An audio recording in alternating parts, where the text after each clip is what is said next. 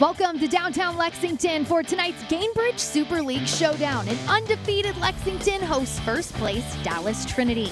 Well, Lexington's backbone has been goalkeeper Kat Asman. She's tied for the league lead with 3 clean sheets so far and is the calm and the chaos for a back line that has given up only 3 goals all season. As for Dallas, it's Chioma Ubogagu. The veteran attacker is tied for the league lead in assists and is quickly approaching the double-digit all-time mark. It's Dallas and Lexington coming up next.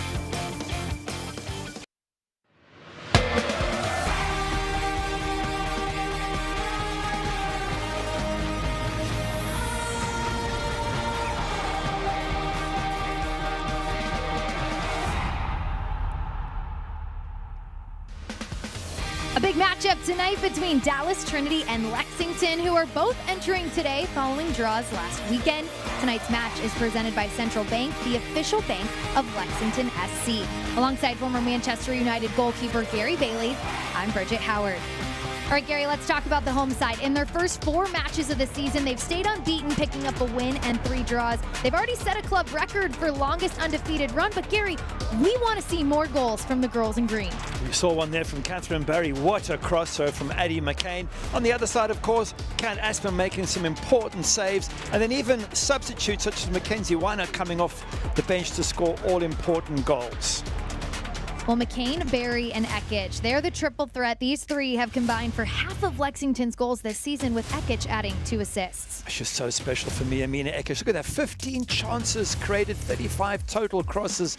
She's a player who can assist. She's a player who can score goals. I think she's going to be a wonderful acquisition for Lexington Sporting Club this season. I think so, too. Well, switching sides to Dallas Trinity, they're searching for 3 points following a playoff semifinal rematch versus Tampa Bay last weekend that ended in a draw. A lovely assist here from Ubogagu, but what a finish from Ali Thornton. Buries this right into the top corner, gives the goalkeeper no chance whatsoever. Look at that whack, sticks it away. But on the other side, though, they didn't keep the clean sheet. Jamona here is going to get an opportunity. Look at the lack of close marking here. Edge of the box, she's able to pick her slot right in the corner. Well, let's look at a breakdown of Dallas's first 3 games versus their last 2, because the defense was locked down early, but not so much as of late. What do you make of these numbers, Gary?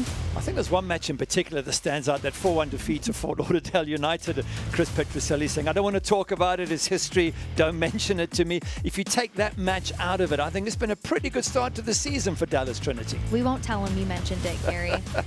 All right, well, the reigning Golden Boot winner is eager to add to her 2 goals on the season. She recently became the first player in league history to eclipse 15 all-time regular season goals. Wonderful player, just needs more support from those around her. We've mentioned Ubogagu as an assist, but what about Winnie Belata coming from midfield? What can she do? And Amber Wisner in particular. If they can get her lots of service, she could be an incredible striker this season for Dallas Trinity. Well, coming up next, it's first place Dallas Trinity and undefeated Lexington going head-to-head for the first time this season. We've got stars on both sides, exciting offense, stout defense, and lots to look forward to on this Friday night. You're watching the Gainbridge Super League on Peacock.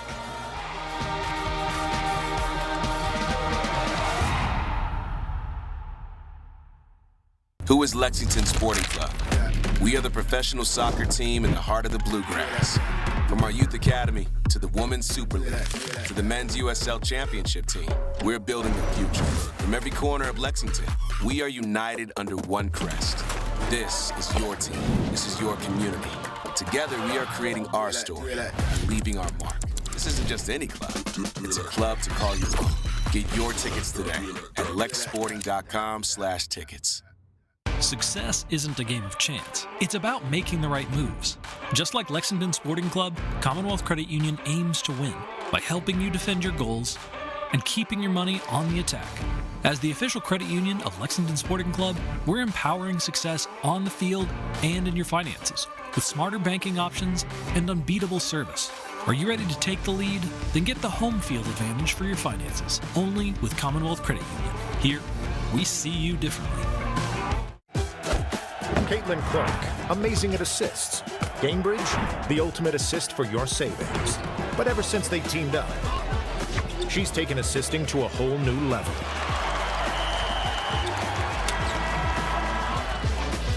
Caitlin Clark, graded assists. Gainbridge, graded assists for your savings.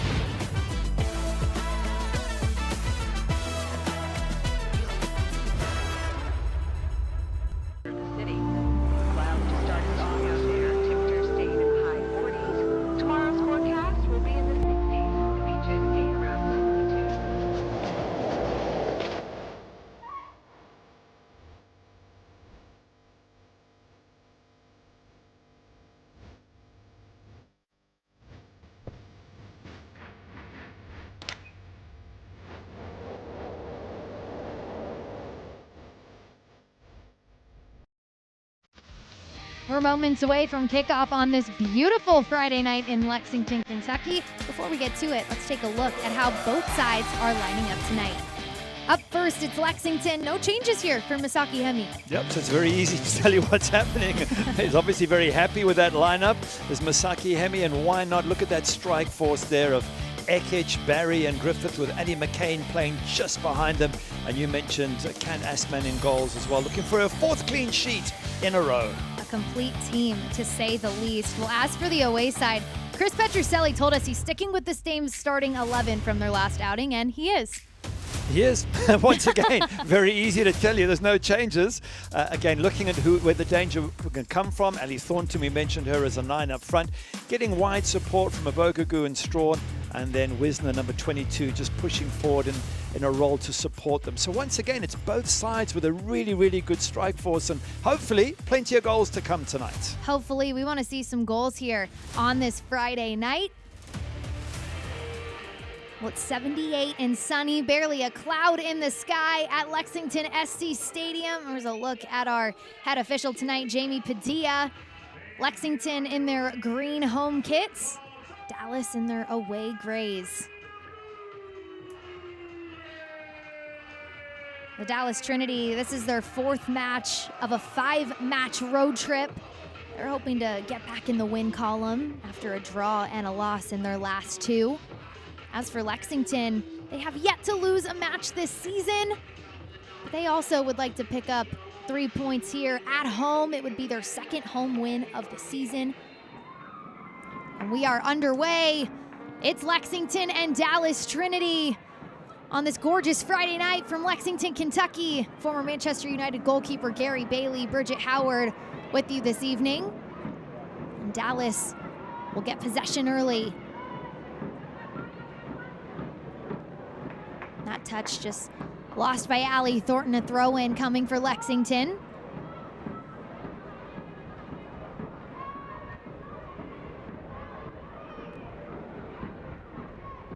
As you can see here, early, half of the pitch is in the shade on this near side.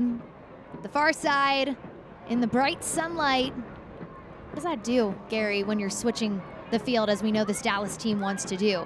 Well, it's not easy when the ball's in the air being crossed from the shade into the light, especially for goalkeepers and defenders. You want to take advantage of that if you can when you get the ball out wide.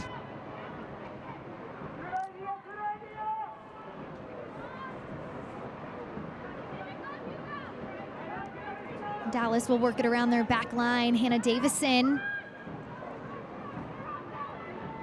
I've got to say, it's an important match for both these sides, even early on in the season. From a confidence point of view, a win for Lexington and they go 2nd and remain unbeaten. For Dallas, a win and they go 4 points clear. So the level of confidence in the locker room for whichever side wins, assuming there is a winner here today, is worth a lot. And that's why they'll both be going flat out for the win. You see quite a bit of water there as that ball was played. So I'm just wondering how that's going to affect the match. Just spotted that now, and that can sort of slow the ball down when you're passing the ball through the middle.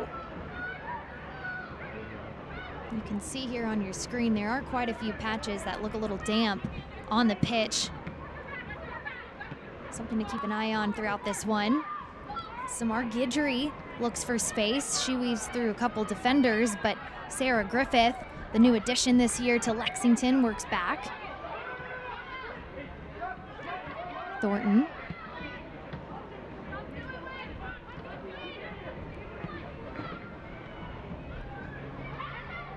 Catherine Berry, 2 goals on this season, looks to get around Hannah Davison.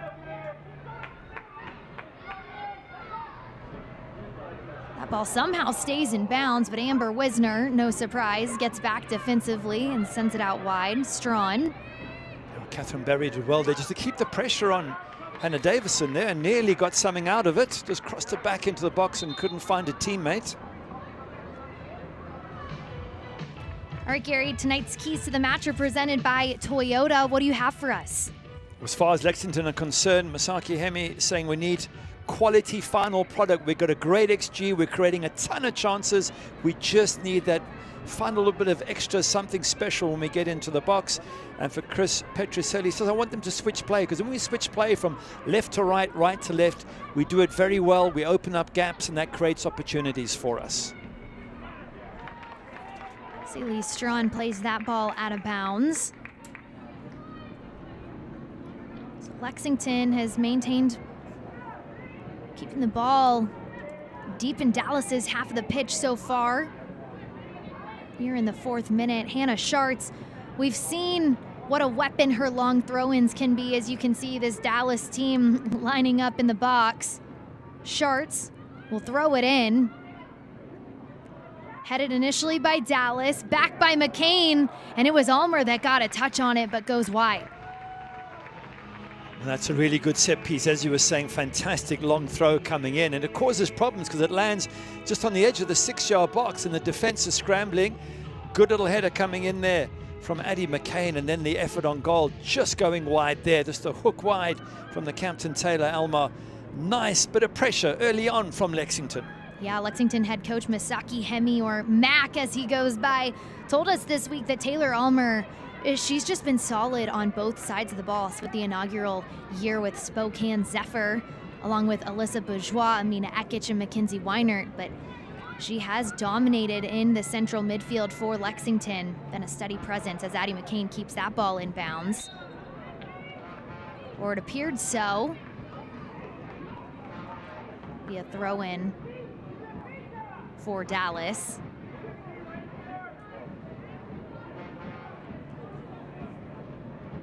Good pressure again, McCain just keeping the ball in there. Not quite sure whether the referee's given a free kick or a corner. He's given the free kick. Free kick. So Hannah Davison set to take this deep in their half of the pitch.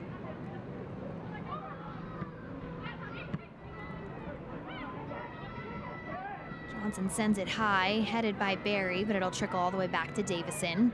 Johnson very quick to get the ball forward. I wonder if that's been the message from Misaki Hemi early on for Lexington. Just get the ball in there. The pitch isn't ideal. There's puddles of water everywhere. Let's put the visitors, Dallas Trinity, under pressure and see if we can force any errors. You can see they've got the high press going early, which hasn't allowed for many options for Dallas to get out of their half. Guidry pulls it back, loses her footing. Whistle blows, free kick coming. Sarah Griffiths just trying that high press and just using a little bit too much physicality there for the referee's liking.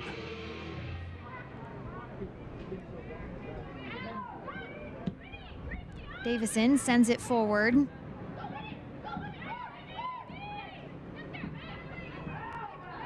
Sarah Griffith gets tangled up with Bellotta.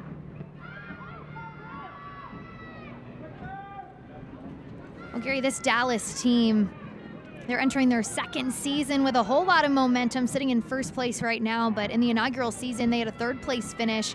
They've got a lot of key returning players this season, and head coach Chris Petroselli was telling us, you know, having that core group returning has allowed for them to start off on such a great foot this year.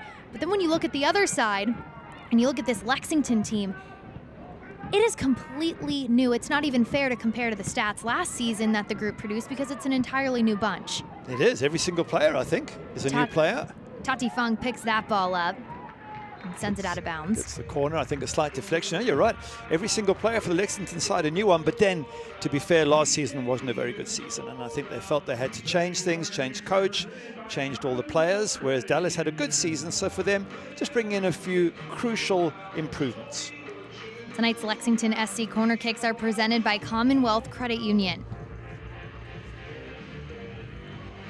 It'll be Amina Ekic. We know how good she can be from the corner. She's staring straight into the sun.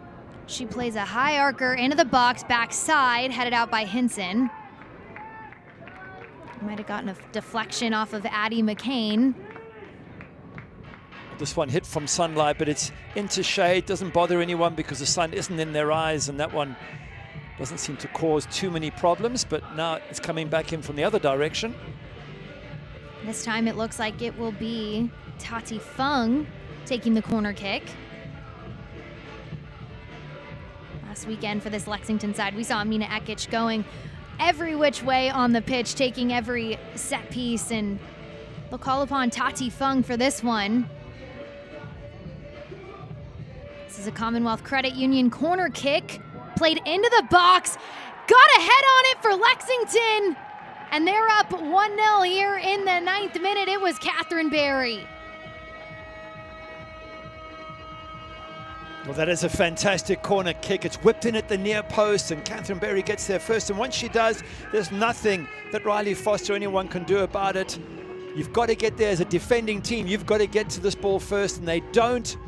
And she does get just in front of them, Catherine Berry. That's wonderful attacking play there. Beats the defenders to the ball, and as I say, it's just not enough time for Riley Foster to get much of a save there. Very, very good set piece from the home side, and now they've got themselves a wonderful lead at home. Looks like that just barely skimmed off the head of Catherine Berry. That is her 3rd goal of the season. That Lexington SC goal is presented by Clark's Pump and Shop. Lexington on the board here early at home, thanks to Catherine Berry. We spoke about the sort of strike force of Ekic, Barry, Griffiths with McCain behind, and said it's got to be up there with the best in the league. I think they've shown already what their capabilities are. This ball gets through into the box. Asman tested, cleared out by Lexington. Good save from the goalkeeper, and as you said in the beginning, she's the one who's keeping the clean sheets for Lexington, allowing the strikers to do their business at the other end. And once again, she's popped up with a crucial save.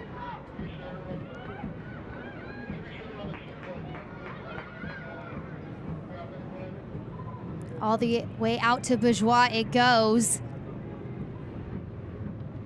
Plays it into McCain, to Ekic. All the way to the other side. Griffith, top of the box. Plays it off for Ekic. Ekic rips, but deflected. Winnie Bellata will move at pace, looking for some support as she turns it right over. Tati Fung, a player that Mac talked to us about this week as well. He was like, she's just bringing her qualities to the game, and it's showing up, and we've seen that early here with her first assist of the season off that corner kick. Catherine Berry heads it back. Wisner there with the coverage. Griffith gets a touch. Kat Asman has made some crucial saves at the right moment here, and Ali Thornton gets through. She stands up big and strong, does Kat Asman. Look, spreads the legs and the arms left and right, makes it very difficult for Thornton to get past her. Kat Asman on loan from Orlando Pride. She's tied for the league lead with 3 clean sheets so far this season. This ball sent over the top.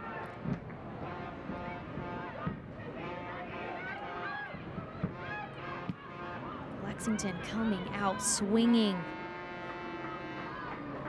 Talking about Lexington, I was just looking at their lineups the last few games. They've only made 1 change in 5 games, and that was Maddie Perez coming in for Hannah Johnson when she got the 2 yellow cards. So if you look at it from Mac Hemmy's point of view, he's keeping almost the identical lineup game after game, and they're getting to understand each other as they're all new players coming in. Maybe that's his logic. We play as many as we can together, and then we can start to change, because I need these players to understand each other. So far they look as if they really do understand each other very well. Yeah, and every coach has a different approach with that, right? Because if it's not working, all right, well then let's change it. But he's going with the approach of, all right, let's keep it the same, let's figure it out, and then make changes. So it seems here in the first few games of the season. So Pantuso tripped up a Dallas player, so they'll get a free kick. And it's Winnie Bellata and Chioma Abogagu standing over this one. Bellata, the new addition this year from Spokane Zephyr. Abogagu will take it towards goal, backside. rolls out of bounds. But it looks like it might have gotten a deflection from a Lexington player, so corner kick on the way. That's a decent ball in. Of course, some confusion there. I think Kat Asman was thinking of coming for the ball, decided not to. Defenders weren't quite sure if she was coming. Eventually, they take safety precautions and just see the ball out for a corner.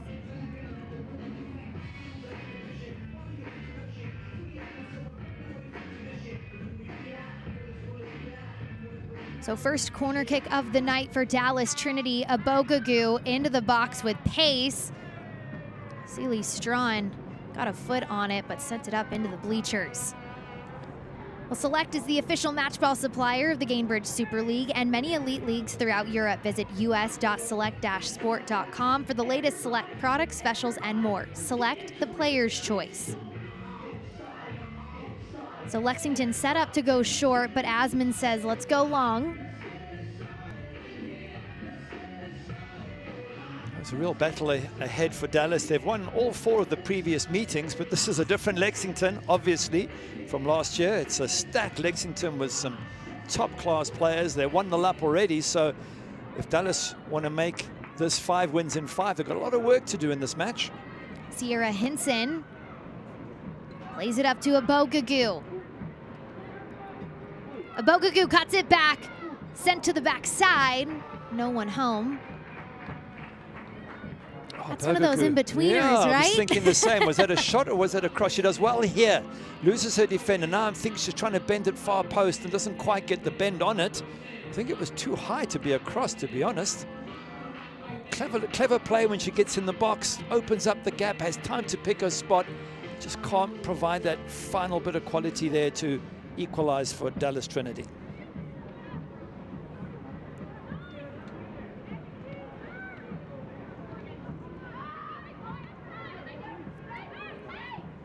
I had a coach tell me one time that those in-betweeners of a shot or a cross, they call them shots. Shots, is what they call it. How about that? I don't know if I would ever refer to it as such, but hey. I've heard my coach use very different words for someone who missed a chance like that. Addie McCain was on the end of that ball.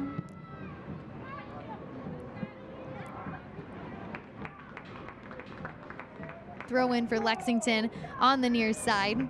Well, cheers to local beer. West 6th Brewing is proud to be the official craft beer of Lexington Sporting Club. Find their locally crafted beers all around the state of Kentucky. From the flagship West 6th IPA to Sixer Light Lager, there's something for everyone. Head to west6.com to visit one of their dynamic tap rooms and learn more about the Stadium Ale, the official craft beer of Lexington SC. Matt Hemi there just pushing the players forward. I think he's, again, to your point, this is such a weapon, this long throw coming in from Hannah Schartz, and he's getting numbers in the box, numbers on the edge of the box in case the ball gets headed out. So Hannah Schartz with the long throw in here. Is it all the way into that 6-yard box? Celie Strawn was looking for Thornton, doesn't find her. Well, it's very difficult to defend against those long throws.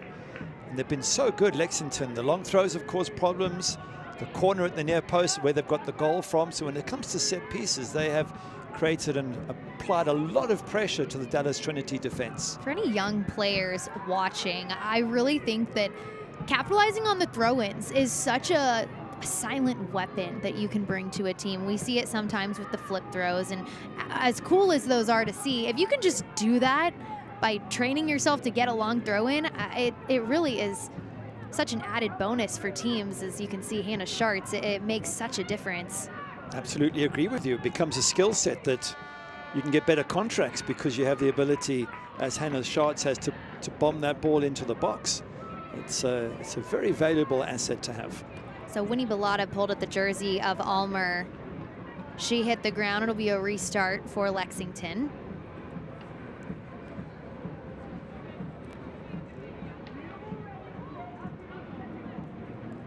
Hannah Schartz, I'll say another new addition, but everyone on this team is new, as we've talked about. But Schartz spent her college days at UCLA and the University of Colorado, was a 3-year team captain at CU.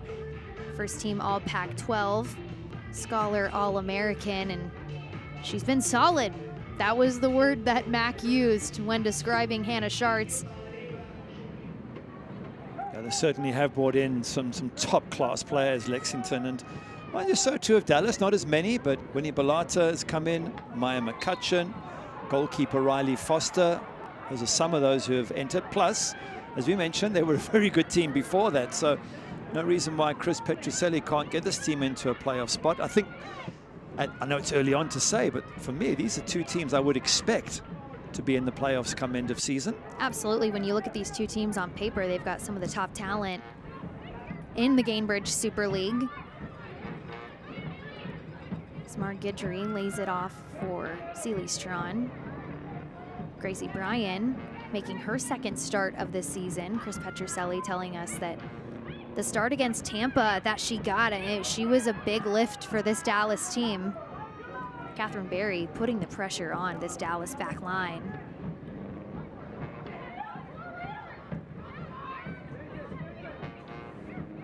Strawn with a dicey ball into the midfield.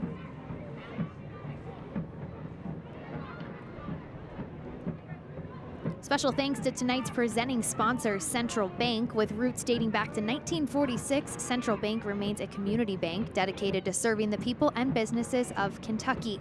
To learn more, visit centralbank.com or stop by one of their 28 locations. Central Bank, member FDIC. Alyssa Bourgeois on the far side doing a nice job with her 1v1 defending of Abogugu.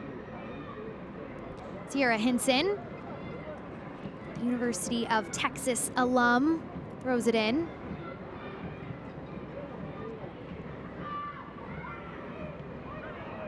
Barry finds Griffith. Lays it off for Johnson. That ball just narrowly gets past Allie Thornton. Barry gets the touch. Here comes Griffith with pace and green grass to show. Ekich, oh, McCain, there she goes. Lexington adds to their lead, and it's Addie McCain with her second goal of the season. What a beautifully constructed goal by Lexington. Absolutely brilliant all the way out of defense. That pass there, spot on to Sarah Griffiths. She's head up. She sees exactly where Addie McCain is. And Addie's just got to get there and just slip it past the goalkeeper as Riley Foster comes out to close it down. She just finds a spot inside the post, tucks it away. That is a beautifully constructed goal. Class all round. And if anyone wonders about Lexington, whether they've improved from last season, well, they look like they are a top-class side, and that was proof of it. Gary, I think Lexington hurt us from our open when we said we wanted more goals. That Lexington SC goal is presented by Clark's Pump and Shop. You say pure class goal. I think pure class sums up the player that is Addie McCain. So a very fitting finish for her second of the season. That goal coming in the 21st minute. It was beautifully supplied by Sarah Griffith, though, put on a platter for Addie McCain. Still had some work to do, of course, but wonderful assist and good build-up from the midfield as well. So Allie Thornton loses that ball, but deflects off Lexington, throw in. Dallas now down in a bit of a hole here in the 23rd minute after goals from Catherine Berry and Addie McCain. And by the way, Catherine Berry was the one that started that from midfield. So she's got a goal. She's got a, not quite an assist, but call it an early assist, getting the ball through to Sarah Griffith. So again, the combination up front for Lexington must make Mac Hemi really excited about the prospects for the season ahead. Addie McCain spent the inaugural season in the Super League with Fort Lauderdale United. Was an all-league first-team player, had 10 goals and 2 assists last season. Chatting to Chris Petrucelli, he said this is an all-star team, Lexington.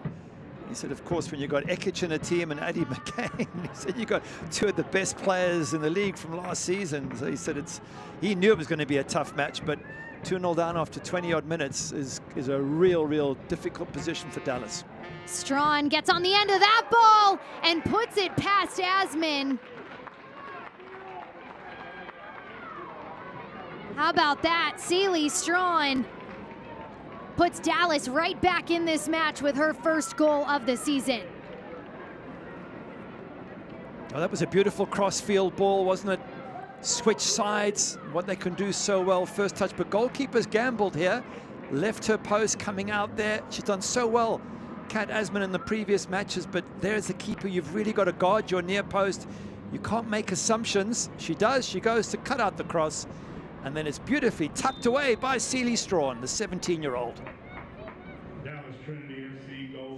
Her first goal of the season. Celie Strawn puts Dallas right back into this match. It's 2-1 here from Lexington SC Stadium. Just to mention, when we talked about the keys, we spoke about Dallas and Chris Petroselli saying switch play. There it is up on the left corner of the screen. Then that's exactly what he meant. He says, we are so good when we switch play. It was a beautiful crossfield pass, controlled very quickly. Yes, Kat Asman does make it a little bit easier by guessing, but still, lovely bit of quality there from Dallas Trinity. And it all happened so quickly. It was just a great switch over the top of the back line, and Celie Strawn, you mentioned the Academy player from Prosper, Texas, set to graduate in 2026, committed to North Carolina. Last season had 4 goals and 2 assists and was named the Young Player of the Year, making her mark here in Lexington.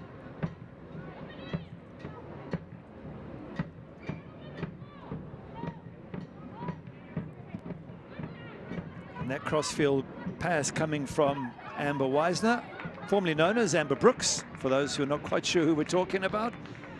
And again, quality player. We talked about her being a creator from midfield for Dallas Trinity.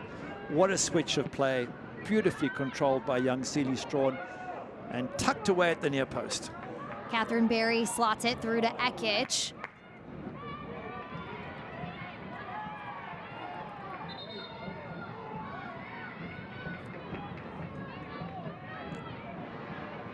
Amber Wisner, one of those players that returned to this Dallas team and was a huge part of the core and success of this Dallas side last year. An experienced player as Ekic puts it into the box. Griffith there, but loses her footing. And Gary, you mentioned it. We've seen the wet spots on the field, and we've seen a number of players hit the deck tonight, so it's safe to say, I think, that dampness on the field is certainly making an impact. It is. You can, as you mentioned, you can see patches all over the place, and the thing is, it changes. As a player, you're playing a pass and you play it on the dry section, it goes one way, it hits a puddle, it goes a different way. Again, your footing, you think you're on solid ground, then you step into a wet patch, so it is making it a little bit tricky for the players, especially in defense. Amber Wisner, she was an all-league first-team player last season and has played over 10,000 professional career minutes. So when you talk about building a club around a player, Wisner, not a bad one to model after. Berry puts it away! Oh my goodness, Lexington! Masaki Hemi told us it's just a matter of time before the floodgates open. It's happening, the fans love it.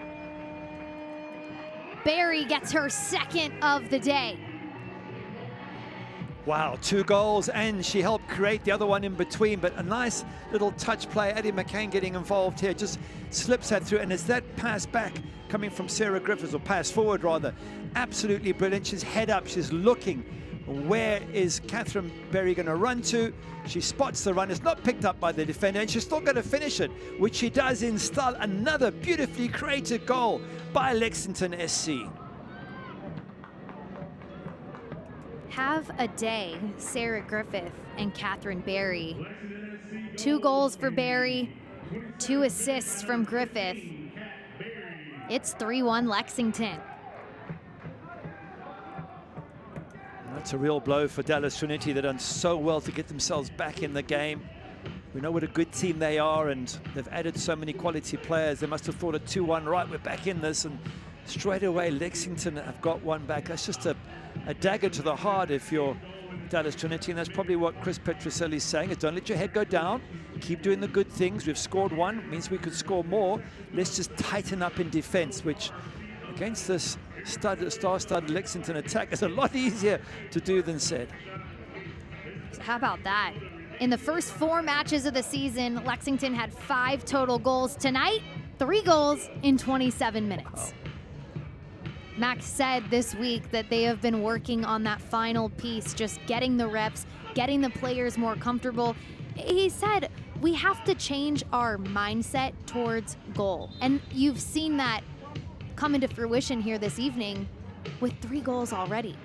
But you've got quality players, and if you give quality players time, they will produce. Again, the key that he gave us was we need a quality final product. Well, I don't think he can complain about that, because they have been so good on the ball in that final third. Lexington, those long throws have caused problems as well. They've had another couple of opportunities, and there's not much Dallas Trinity can do about it right now, except try and tighten up in defense, try and limit the damage. And of course, with the likes of Ali Thornton in attack and a Bogagu, there's a chance they can get back into this match. Well, fans, visit lexsporting.com to shop at the Lexington SC team store, your one-stop destination for all of the latest LSC gear and official merchandise. Purchase kits, scarves, hats, and more to show off your club pride. That's lexsporting.com. If you look at Dallas's last match, the 1-1 draw at Tampa Bay Sun, they had plenty of chances. The expected goals was much higher than Tampa Bay's. Their possession over 60%. And those who saw the match, Balata had a great chance to have given them a winner, as did Tomorrow in the last minute with a header that went wide. I thought she was almost certain to score. So don't write off Dallas Trinity yet. Taylor Ulmer leaves it for Ekic. Ekic on the ground into the box.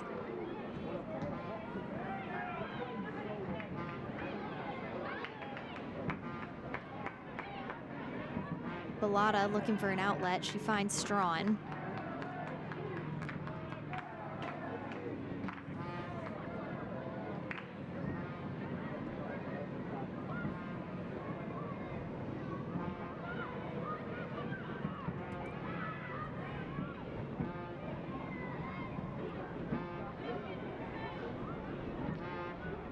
Tati Fung plays it across to Amina Ekic, who gets swept off her feet by Davison. Those two have been going at it so far in this first half. A little warning from the referee to say you can't come in from behind a player. If you're going to win the ball, you've got to win it cleanly. You can't take someone's feet out in the process, which I think is what Hannah Davison did there. So referee Jamie Padilla just giving a little warning. When a player like Amina Ekic is on the pitch, you just really don't want her to have any time or space. And quite frankly, if you can just not allow Amina Ekic to have the ball, I think teams would be happy. In our conversation with Chris Petruccelli, he said she was legitimately the most valuable player last season. This ball, top of the box on the ground, it was Ekic. Problem is, it's not just her you got to shut down. Catherine Barry's been absolutely brilliant. 2 goals and helped create the third one. Sarah Griffiths with 2 assists. I mean, there is quality everywhere in this Lexington side, and if you're a fan, last season was a tough season, but this season is full of possibility. We've said it many of times, but it's really unfair to compare this Lexington team to the team that was on the pitch last season, just because of the drastic differences. Only a few players returning from that squad. Last season, the team went 4-18-6. Finished in last place. Schartz clears it.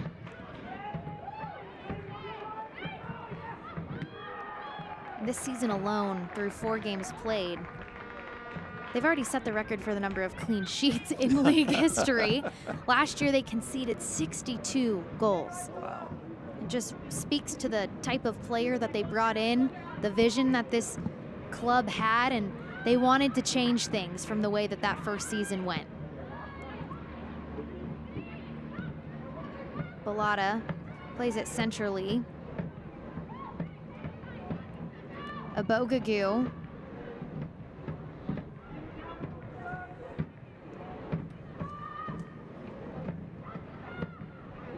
Guidry plays it over the top. Goal kick. Well, hometown fans, why go far when the best stay is right here at home? Embassy Suites Lexington Green is your go-to spot for a weekend staycation, a night out, hosting meetings and events, or out-of-town friends. Local, loyal, and always game day ready.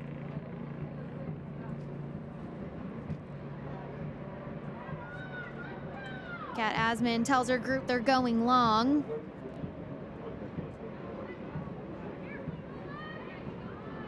I think she'll be a bit frustrated with that goal because, when, as a keeper, you're keeping clean sheets. If you're going to concede, you want it to be something that you couldn't stop. But guessing that it was a cross, leaving her near post uncovered was a little bit of a risk, and she conceded the goal because it was a risk that probably wasn't worth taking. That will frustrate her. On such a good run there, 3 clean sheets, and looking to have a 4th in a row, which would have been an amazing achievement. Sarah Griffith sends it to McCain. And just as Dallas did a solid job switching the pitch on the goal for Sealy Strawn, Lexington on the other side doing a nice job. Ekich with the moves, weaving through the Dallas defense. Gets the favorable deflection. Corner kick on the way. There's a combination for you, Addie McCain and Amina Ekich just running rings around the Dallas defense. And those are 2 players that will scare any defender in this Gamebridge Super League. Lexington have got both of them on their side. This is a Commonwealth Credit Union corner kick. Tati Fung will take it.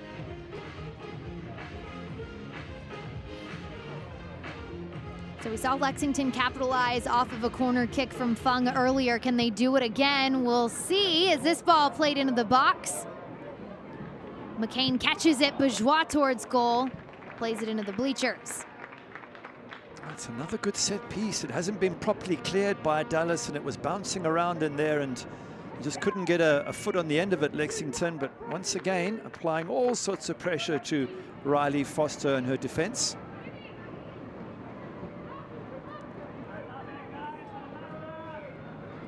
Riley Foster, the 5'10" keeper from Canada, has started and played every minute so far this season, conceding just 6 goals coming into this match. That total now raising to 9. Lexington wins the first touch. McCain was hoping to leave it for Barry, but Wisner got a touch. Nina Ekich and Sealy Strawn. Strawn just plays it right out of bounds. Oh, there's a problem here for Chris Petrucelli when he looks at this. He's got to shut down Amina Ekich, but at the same time, he's also got to shut down Catherine Berry. He's also got to shut down Addie McCain. I don't know how you do it. Here they go again. Johnson, Berry, back to Johnson. Ulmer.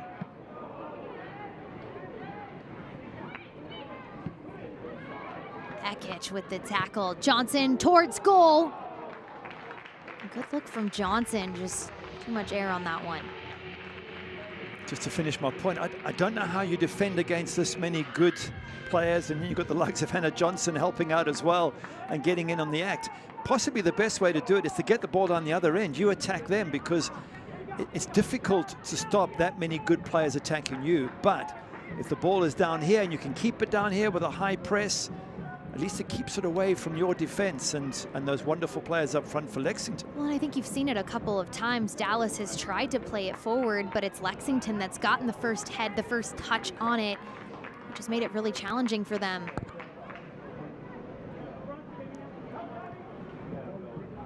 Guidry turns it right over in the midfield, and Lexington will reset.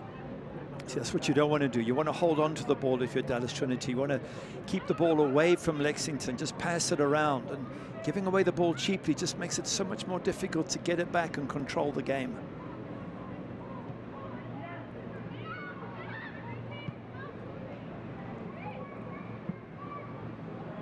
Chris Petroselli made the comment earlier this week that their possession and passing hasn't been what it needs to be. He said, I'd give us a C so far. I don't think we've been great. I don't know how pleased he'll be with the passing or possession so far in this first half. I don't think too pleased, to be honest. You know, they haven't looked bad. It's just that Lexington have just been phenomenal. I don't know if any team copes with this onslaught. As I say, it's not just all the skillful players, it's the throw-ins into the box, it's the corners from where the first goal came from. Here we go, Catherine Barry just turning a player. Ekic with a great first touch, plays it to the near post. Bourgeois followed, but Foster collects.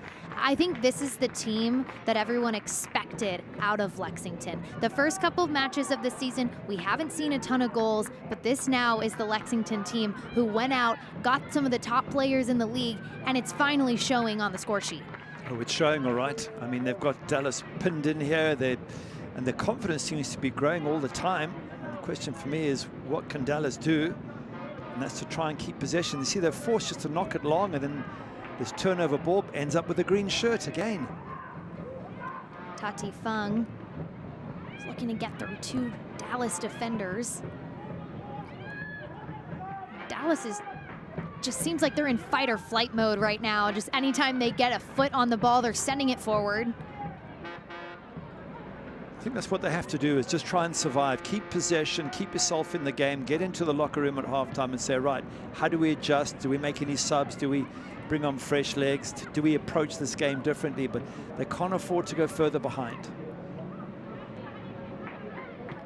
Uncharacteristic touches from Allie Thornton up top. She's normally so good at holding the ball and then taking it out wide, finding an outside player, and whether it be Strawn or Abogagu. And I almost think that that factor of the wet, damp ground is playing a factor for her up top, because these are such uncharacteristic touches from Allie Thornton. No, they're not keeping the ball well, but again, that could be down to Lexington just being so quick to put pressure on in numbers especially. So look at those green shirts around Allie Thornton here. 7 Lexington players. Wow. Around 2 from Dallas. Just in that little spell of possession. I wonder if it's an energy thing as well for Dallas. They have been on the road. This is their 4th match on the road. One more still to come, but it's a long time, you know, traveling, hotels, etc. Perhaps they're just a little few percent off their best in terms of energy. Ekic will take her time.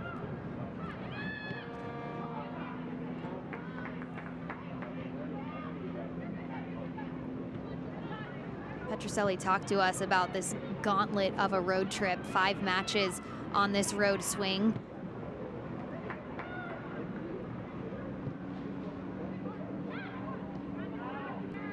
He said the issue with road trips is, you know, you lose a bit of control in your normal routine. He goes, coaches like control, so road matches aren't necessarily a favorite, but you're always gonna play them.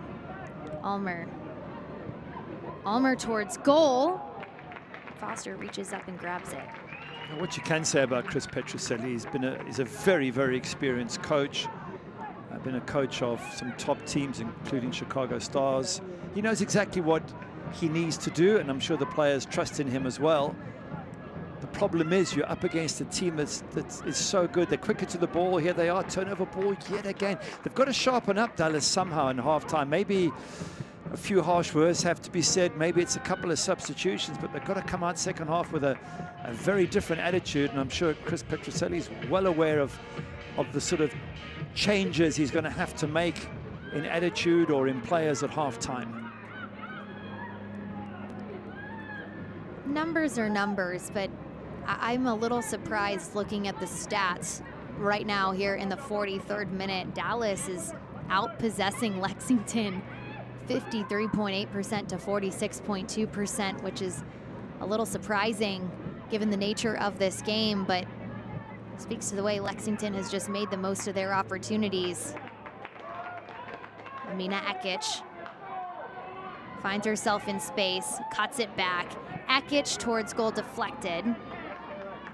Good defending there for that block. And again, the thing about possession is it depends where it is. It's mostly been in Dallas's half as they try to play out. A stat that I think is very useful, touches in the opposition box, 14 for Lexington, just 5 for Dallas Trinity. So it just shows you Lexington have been in Dallas's box, causing problems, threatening with real quality players, which is the last thing you want if you're Dallas Trinity. And now they have to defend another set piece. So another Commonwealth Credit Union corner kick coming from Tati Fung. This will be the 4th corner kick of the evening for Lexington.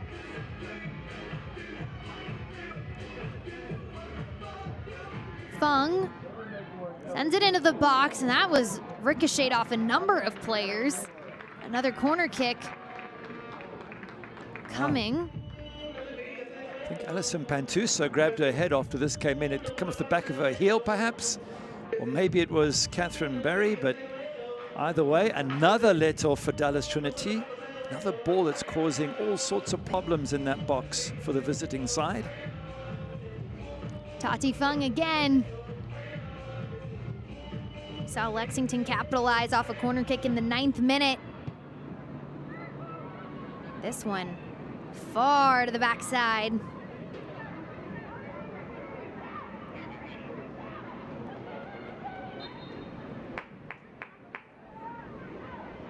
A little too much pushing and pulling from Melissa Bourgeois.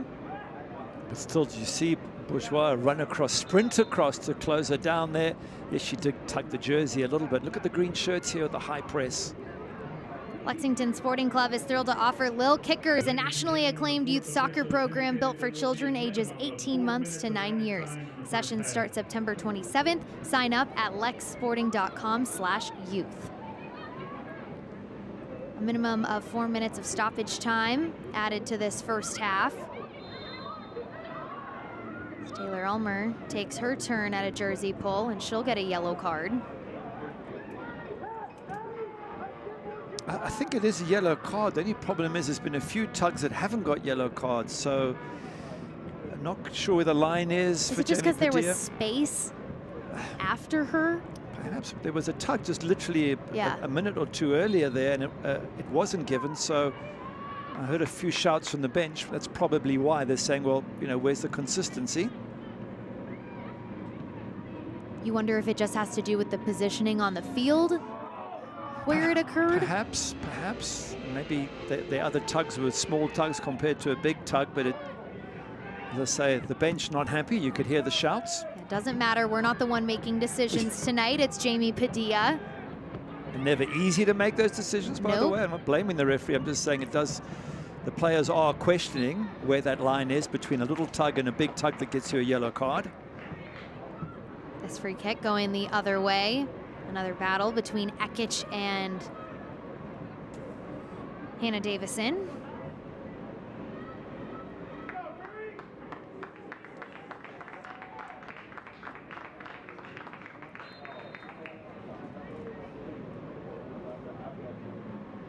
Hannah Schartz on the ball. Sends it to the far side of the pitch. Griffith, McCain, Fung, Ulmer, Ekic.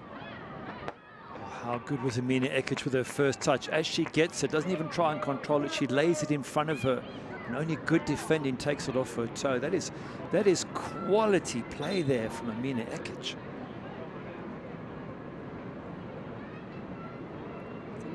Yellow card confirmed for Taylor Ulmer. It's a yellow card brought to you by Hicks and Funson. Hannah Schartz with the long throw in again. What a weapon for this Lexington side. As Foster climbs the ladder to grab it.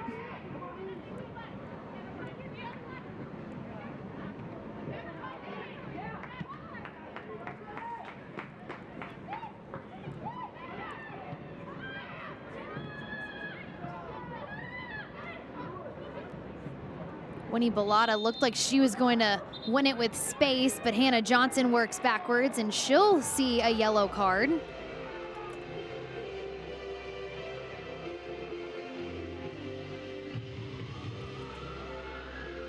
Oh, it's a bit of a lunge.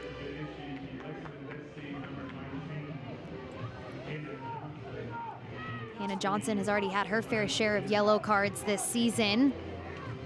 That one brought to you by Hickson Funson. She had to sit out a match earlier this season because she had 2 yellows in a match, which results in a red. Don't do it again. Bellata lofts it. Lexington defending stands tall.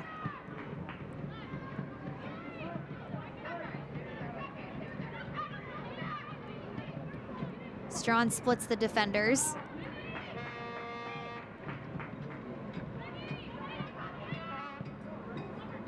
Bellata serves it into the box. Trickles through all the way to Asman.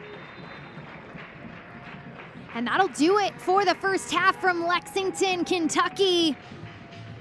The home side, they want to pick up their first ever win over Dallas Trinity. They're doing so in convincing fashion so far. It's 3-1 at halftime, Gary. Brilliant. That's all I can say for Lexington Sporting Club. Amina Ekic, Catherine Barry, Sarah Griffiths, Addie McCain.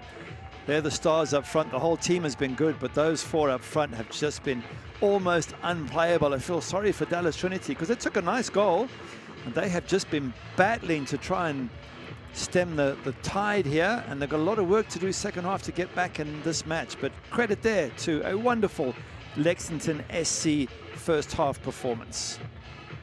Again, Lexington has never beat Dallas Trinity in 4 all-time meetings.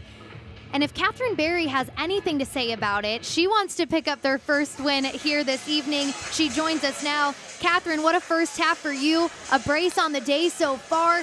Masaki Hemi told us that it was really only a matter of time before the floodgates opened for this offense. How good did it feel to see a number of goals, 3 to be exact, go in the back of the net in this first half? Yeah, huge for us, obviously. I know personally, I feel like I've owed it to my team the last couple games to put one in the back of the net for us, and I know we've all felt like we've been really close, and that it was about time to push it over that line. So I'm really proud of the effort in the first half. Obviously, we need to keep it going and clean things up a little bit on the back end, but proud of the effort and excited to see the ball hit the back of the net a couple times for us. And Catherine, you put them under a huge amount of pressure from set pieces. You took your corner really well. Has that been something you've been working on in training? Always. Set pieces are often the difference in this level of games. All the teams are so good, so margins are really small, and we know that we have to take advantage and capitalize on those chances and make sure we're the most organized team on both sides of the ball. So definitely a huge focus for us, and glad that we could score one off of that. A big first half for your side, Catherine. Thanks so much for making the time for us. We'll let you get to the locker room. Yeah. No problem. Thank you, guys. Catherine Barry, have yourself a day. 2 goals already in the first half.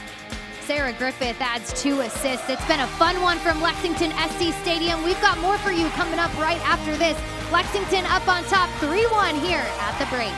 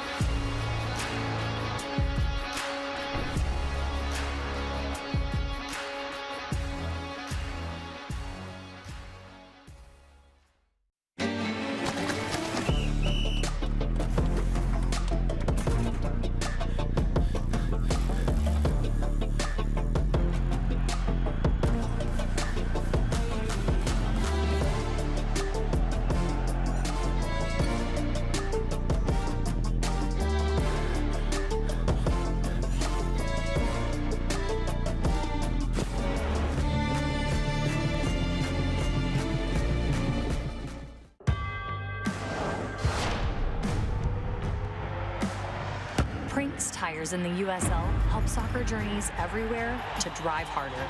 From city playgrounds to suburban sidelines, from early mornings to late nights, from fun with friends to winner takes all, from the biggest fan to the biggest heart. And at every turn, Prinks Tires will be there for the long haul. We live with you, build with you, grow up with you, and dream with you. At Central Bank, we belong to the same communities you do. You're our neighbors, friends, and business partners. And through the relationships we build with you every day, we consistently serve you better. That's what highly personal banking is all about. We start with you.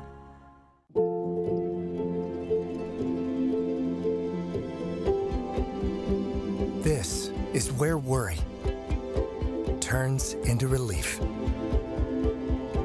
Where confusion turns into answers. This is where your family can turn to the experts for the big things and the little things. Extraordinary care is right here. UK Healthcare, the power of advanced medicine.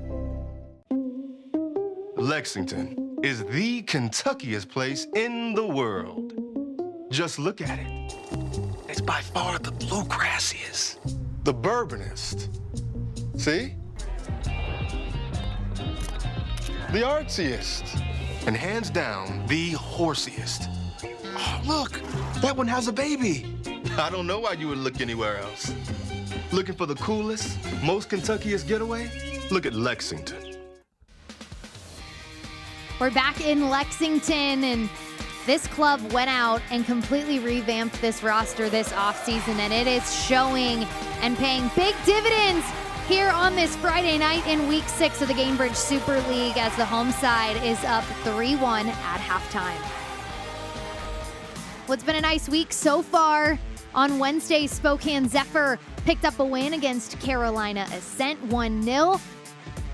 We're in our match right now, and it's Lexington up on top. And then tomorrow, we've got 2 matches coming your way. Carolina and Jacksonville up first at 2 Eastern, and then Brooklyn and Fort Lauderdale United at 3 Eastern. So it's been a great week of soccer in the Gainbridge Super League, Gary. It certainly has, and for Carolina Ascent, that was a bit of a surprise loss at home, and they sit in 8th position for the team that finished top last season, so they've got some work to do, and they'll be hoping that starts against Sporting Jacks tomorrow. We've seen some newcomers to the Gainbridge Super League get on the scoring sheet as Tori Zierenberg sealed the win for Spokane Zephyr. All right, well, here's a look at the news and notes. Allie Thornton, as we talked about earlier, became the first player in the league to score 15 all-time regular season goals. Haven't seen much of her this evening, and then everyone wants to be a part of the Gainbridge Super League. Gary, we love to see it. Gio Reyna, famous name, famous father who played football as well for the US men's national team, and as you say, nice to see him involved, and I'm sure he'll get a good return because football is growing, soccer is growing huge in the States, women's soccer in particular. Well, the fans are having a great time. We're having a great time. We love seeing all the goals. We hope to see more in the second half, but we won't be greedy. Stick with us. We'll have first half highlights and more.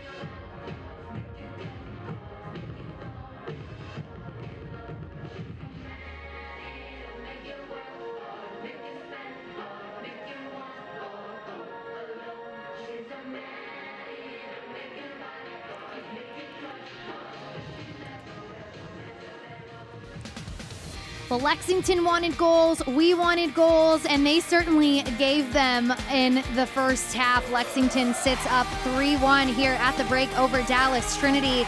Let's look back at how it all unfolded from the starting whistle. It was Lexington getting on the board in the 9th minute. Catherine Barry there at the near post. What a good header. What a good corner in from Tati Fung. Pressure coming from all those set pieces. And that is a fantastic, well-worked routine by Lexington SC. Lexington has made a number of great additions this season to their roster, Fung being one of them. Here's another player added. Griffith with the assist to McCain to put the Lexington home side up 2-0. McCain doing well just to start that one, but what a good setup by Sarah Griffiths, and what a good initial pass by Catherine Barry to create the entire move. Absolutely brilliant from Lexington. And then they got caught on the other end here. Nice switch of play to Celie Strawn, and Kat Asman tries to guess where it's going, thinks it's going to be a cross, and instead it's hit at the near post where the goalkeeper should be covering. Great finish from Celie Strawn, the Academy player for Dallas Trinity, but that wasn't the end of the scoring in the first half. Just moments later in the 27th minute, Lexington got on the board again. Nice little interplay coming up here.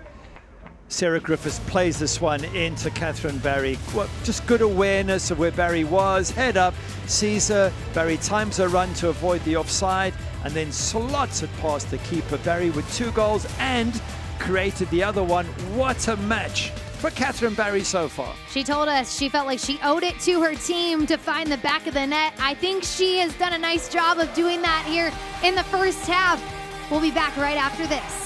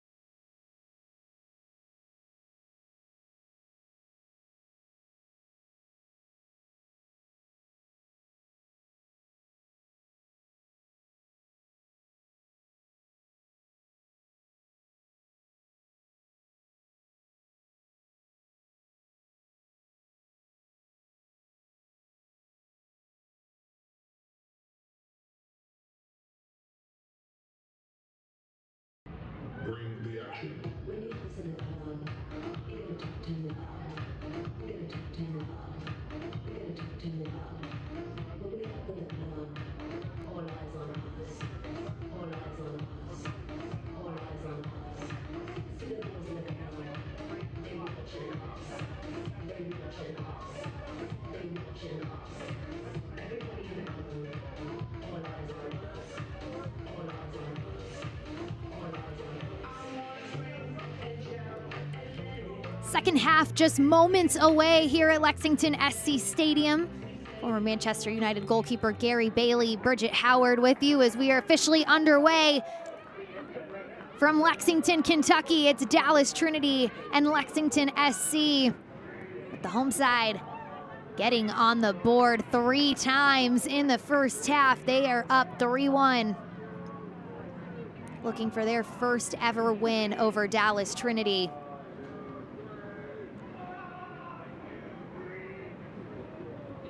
Lexington gets possession early, no surprise, it's Amina Ekic. Griffith lays it up to Bourgeois, she keeps it in bounds.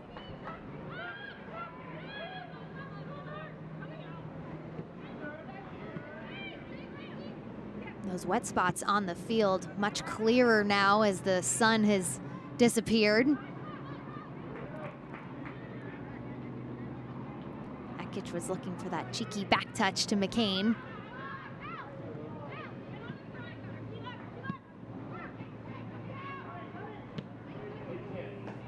So in the first half, we saw 3 goals from Lexington.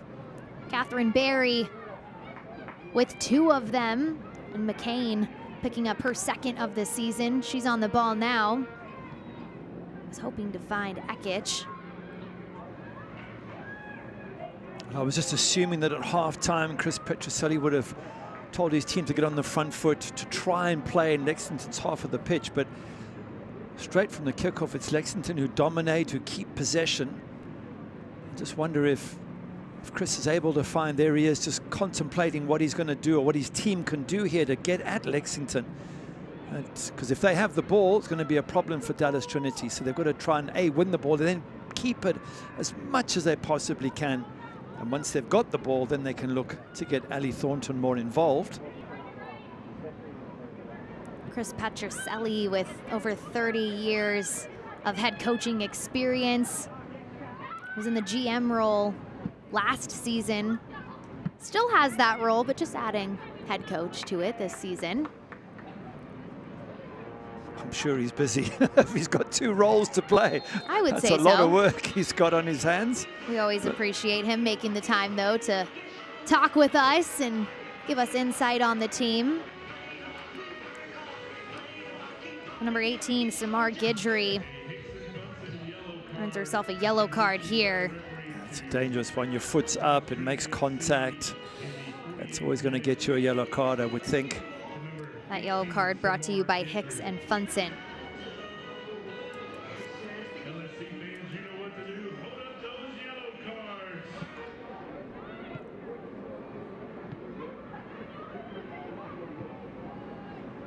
Well, as it stands in the live table, Chris Petroselli as manager and coach is still in a great position, sitting top of the table.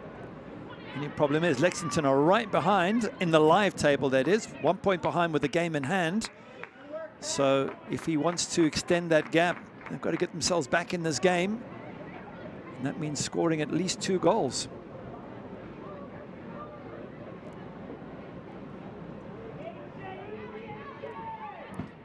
Amina Ekic, so talented on the ball. Was weaving her way through the defense before losing it. That is announcer's jinx right there, Gary. Just giving some more credit to Chris Petroselli and Dallas. It's not like success last year guarantees you success this year. The 2 bottom teams at the moment, Carolina Ascent and Tampa Bay Sun. Now, I don't think they're going to stay there. Of course, they're way too good for that. But it just shows you that Dallas have done well to pick up from where they left off last year. Chioma Abogagu for Dallas. Had the ball with pace. Turned it right over to Lexington. They'll play out of the back now.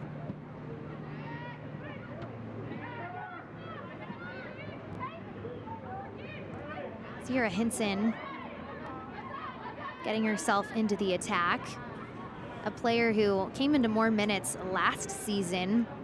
Petroselli telling us they converted her to the left back position late last year, played a couple matches back there, and now that's her full-time role, and They're going to use her strengths and her ability to get forward. If you look at the stats for Dallas Trinity, she is top in shots on target, she's top in interceptions, and she's top in duels won. So I think you can fairly say she's a pretty crucial player, Sarah Hinson, to the success of Dallas Trinity. No doubt about it. A Texas native, was the 2018 Big 12 Offensive Player of the Year, two-time second team All-American, had 27 goals and 19 assists in her college career. So no stranger to getting in with the attack. Wisner sealing it off from Addie McCain. There's that high press again from Lexington, making it so difficult for Dallas to play out. Look at this, they're stuck in this corner. Introducing the LSC1 membership, your season ticket to every LSC men's and women's home match in 2026. All in one package starting at only $21 per month. Become a member today at lexsporting.com/memberships and unlock free tickets to every remaining 2025 regular season home match. That's a deal. Sounds like it. Just looking at the stats, by the way, from the first half and just showing how much work Dallas have to do to get back into this match. Only had 4 shots to 12. I'll tell you more in a moment. Barry just creating an opportunity herself. Lands in the hands of Riley Foster. But again, look at Lexington hop on there and try this high pressure. Just not letting Dallas breathe. So they had only 4 shots, whereas Lexington had 12 in total. They had 5 touches in the opposition box. Dallas to Lexington 17. Expected goals was 0.84 for Lexington, so they've done well to score 3 times out of an expected goal of just under 1. But for Dallas, 0.28.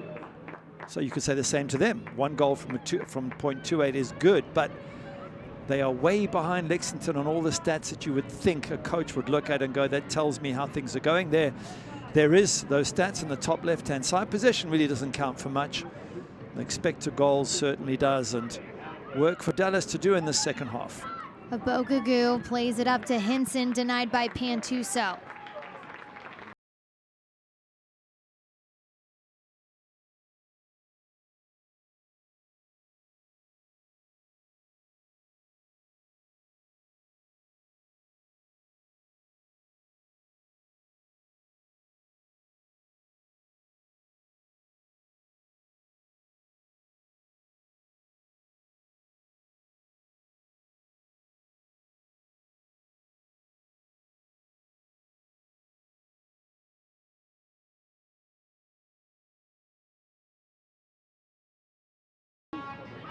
With the service. Dallas got a head on it from Davison. We'll go back and forth until it rolls out of bounds. So Gary, you talk a lot about expected goals. Can you break that down for us? What does that mean for those at home watching that don't know what the stats really entail?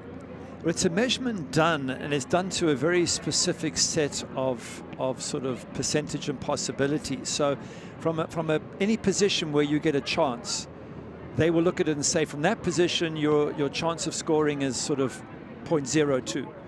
And then when you have another chance, they'll look at it and say, well, that was 0.01. And then they add up all the chances you have, and that gives you the expected goals for the whole team. So it's what, on average, players in this league would score from. So it's not other leagues, it's this league on average.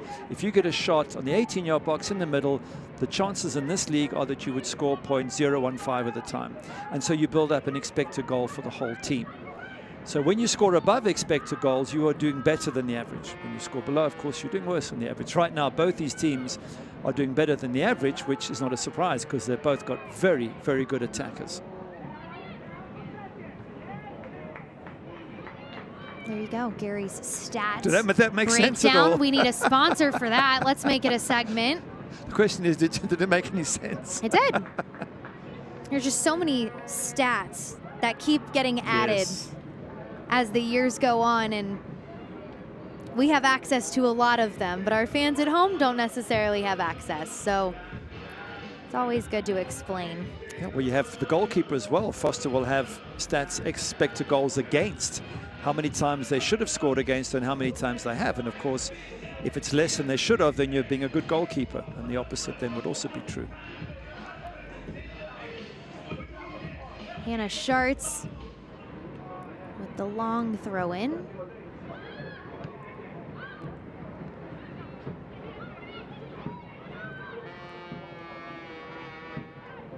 Bourgeois and Bellotta.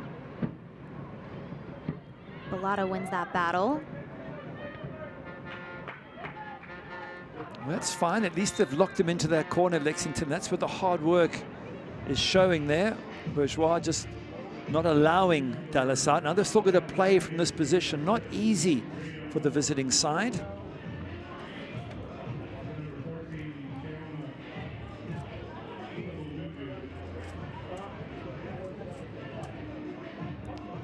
So we've got a number of substitutions coming for Dallas, and we'll get those to you in just a moment.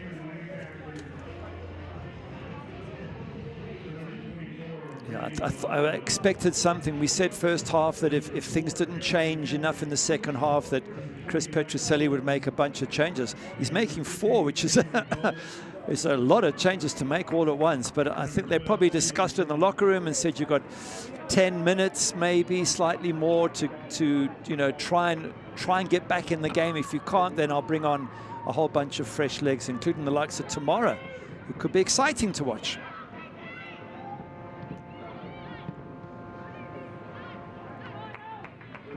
So those subs for Dallas, all made to the front 4. Number 4, Caroline Kelly on for Allie Thornton. Tamara on for Celie Strawn. Number 21, Cameron Lancaster on for Winnie Bellotta. And the last one, an Academy player, Rhea Moore, replaces Chioma Abogagu.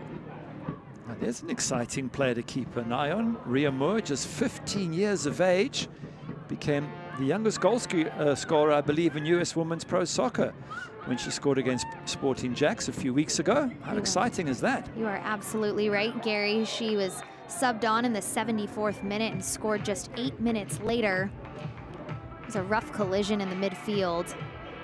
Hannah Johnson and Samar Guidry for Dallas. Taking a moment to get up.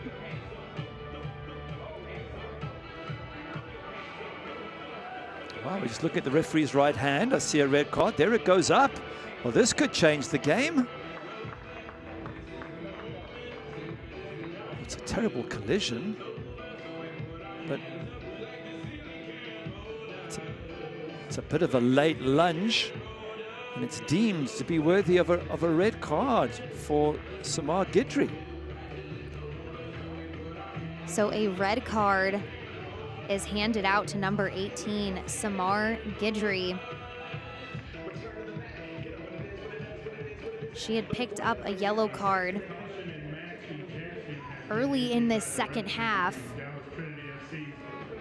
So it'll be a red for Guidry as she now has to leave this match. Scary for a Dallas team that's down 2 goals, now down a player.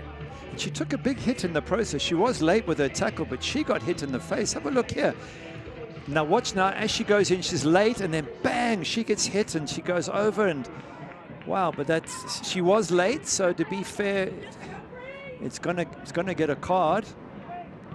Just a tough one for her because I don't think she meant to be nasty or anything, and she took a worse hit in the process. But when you're on a yellow, you can't risk coming in late for a tackle.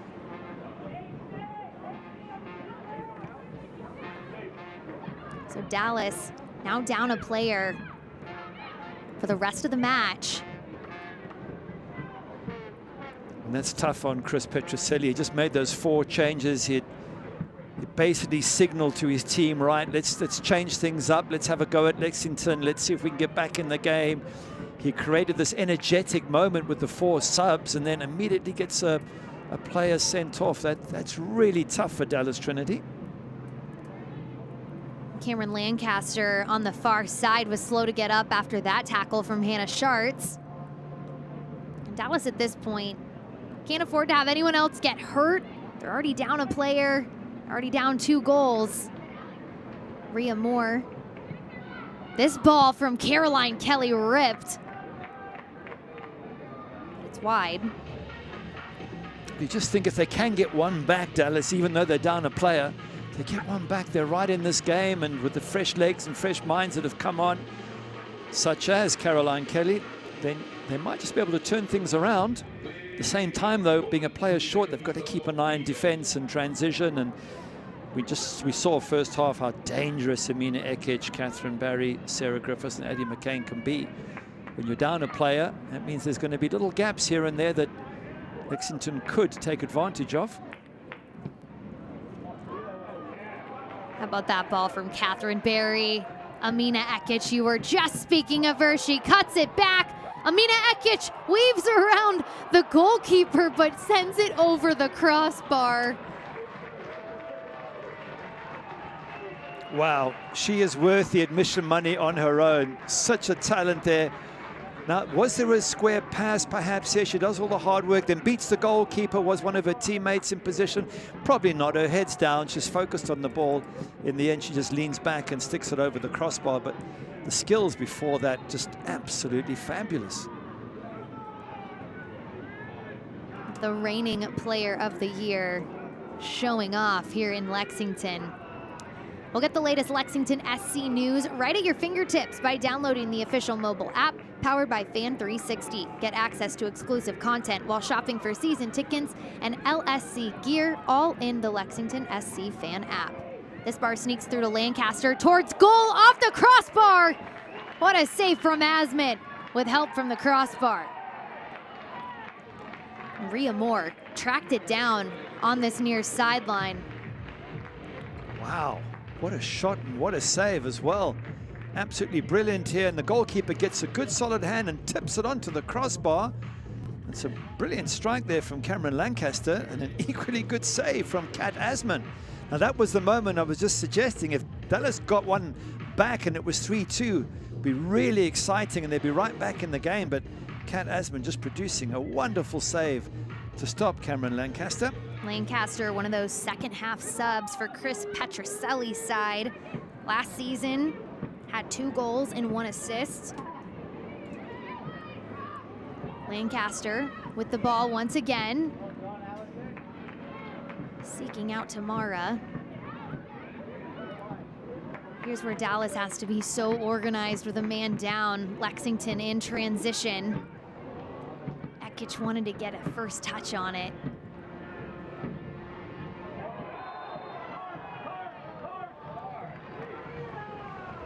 This is an interesting one. Is it a shoulder to shoulder? You heard shouts of card coming in. It's a little bit in the back. To be fair, it looked initially shoulder to shoulder, but it's not. It's in the back of Amina Ekic, hence the shouts from the bench of card.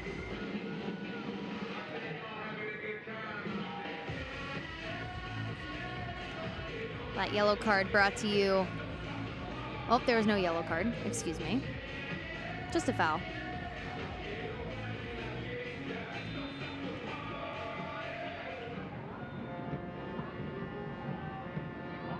So a free kick here.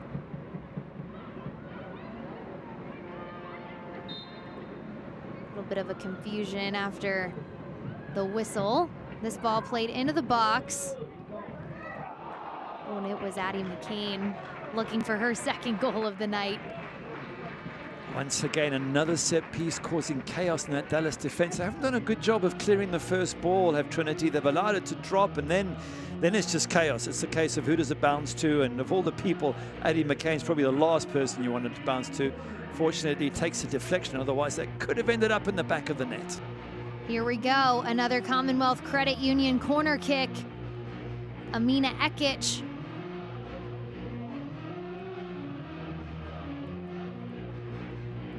'65th minute from Lexington SC Stadium. The home team on top 3-1. Ekic serves it into the box. Initial header from Dallas.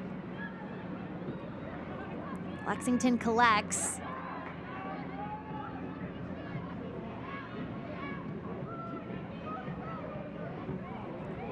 Ekic. Deflected off Wisner. Here comes Dallas and Caroline Kelly with the ball. So just as Dallas gains possession, just as quickly they turn it over.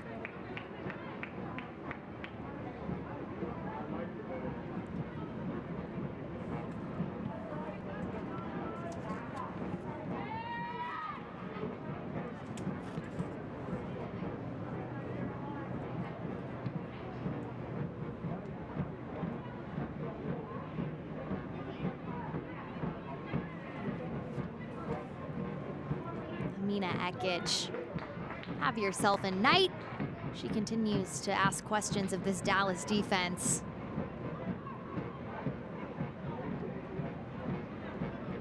Well, if you're just joining us, Gary Bailey, Bridget Howard with you. Lexington on top here in the 66th minute, up 3-1 over Dallas Trinity. Addie McCain plays it out to Ekich. Ekich towards goal, punched out. Ulmer floats it into the box. McCain there. Crossbar said no.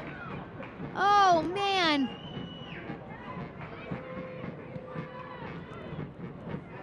Barry, top of the box. On the ground, wide. Wow, Addie McCain.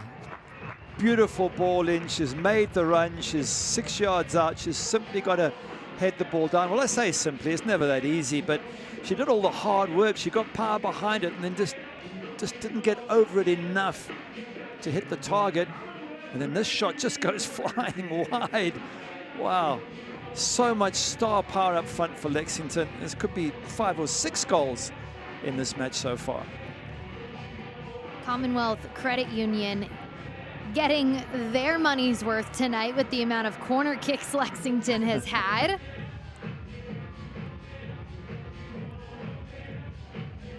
Ekich will get another crack at it. Ekich, backside. Oh, it's Pantuso looking to add to the lead. Wow. Just trouble coming from everywhere here as far as Dallas Trinity concerned. Pantuso not far off there. Their set pieces tonight have been absolutely top class, Lexington, in so many ways.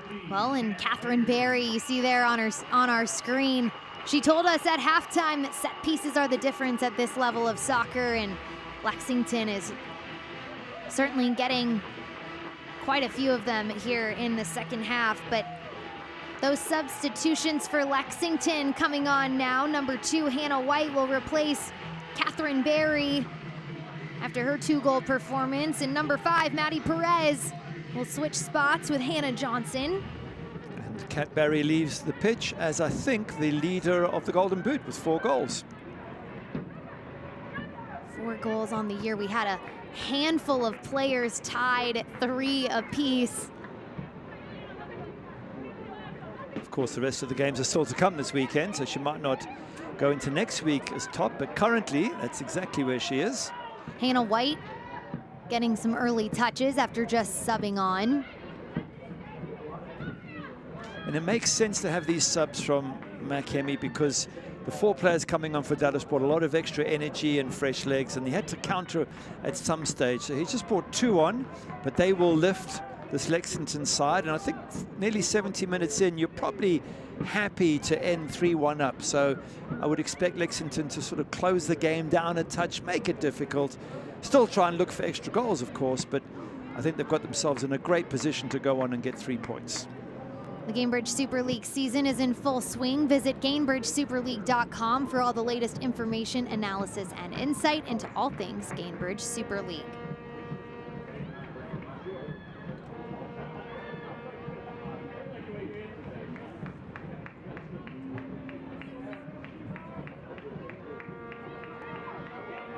So Lexington will take their time.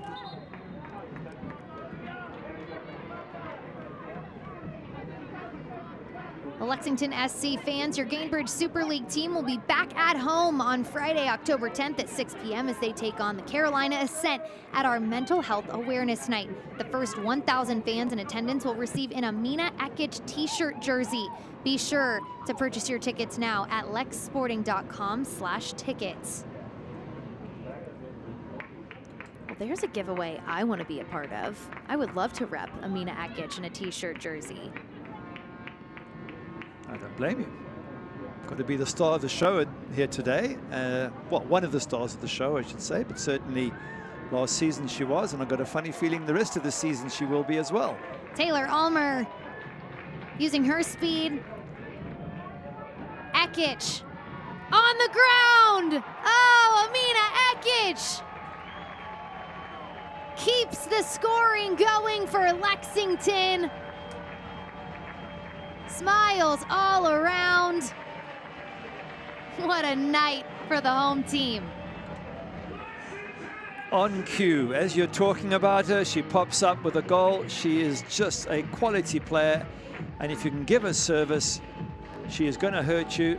Taylor Ulmer, the captain, fantastic run here. Head up, she's waiting, just slots the ball in. It's a little bit of a tight angle, but she gets it right in the corner, which is a quality finish. Lovely ball for the setup, easy touch and shot, and then tucks it away in the corner. And that pretty much puts the game to bed. They have been so good, Lexington. Tough for Dallas, down a player, but you can't see a way back now after that goal. Gary, there's no such thing as a tight angle for Amina Ekic. Well, you're not wrong there. She is some player, but she's got so many good players around her as well. And Catherine Barry's had another fantastic match as well. And Sarah Griffith, Addie McCain, you put that all together. I think a lot of coaches watching tonight in the Gainbridge Super League will be thinking, okay, when we play Lexington, we've got problems. We're going to have to maybe defend to mid to low block. We're going to have to do all sorts of things to try and limit them, because this side is stacked. And if they can finish off a very good Dallas side, then you know you're going to have problems when you face them.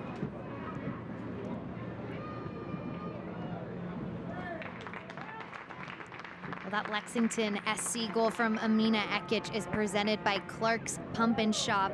Her first goal of the season. Taylor Ulmer's first assist of the season. Those two very familiar with each other, having spent the inaugural season over at Spokane Zephyr.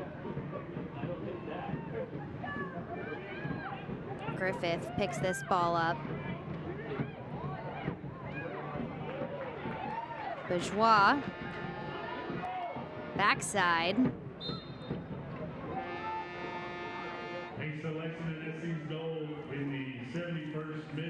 The USL Championship playoffs are just around the corner, and your Lexington SC squad is fighting to clinch a spot in playoffs and secure home field advantage. Be sure to support the lads in their final home match. Oh, this ball is dangerous. Addie McCain was looking for Hannah White.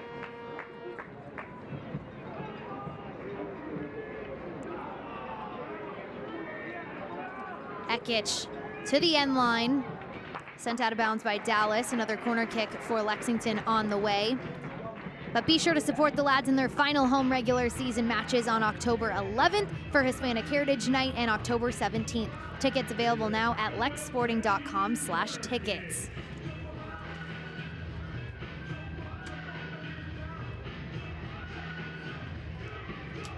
Another Commonwealth Credit Union corner kick brought to you by Tati Fung. Another pressurized moment for the Dallas Trinity defense. 74th minute.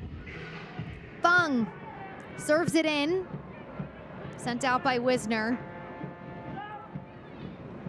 Having built that one up, that's probably the first bad service I've seen from.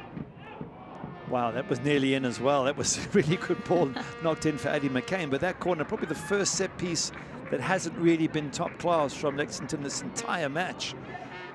And again, just looking through the stats, expected goals, 1.72 for the home side, just 0.39 for Dallas Trinity. And in the last 4 matches, Lexington have been on average a expected goal better than each of the teams they've played. That's how good this side are. They really are. I mean, that's a lot. A goal, expected goal more than every team you've played over the last 4 matches basically says you've had the better of the game. And if they keep going, then I think they'll be the team to chase at the top of the table.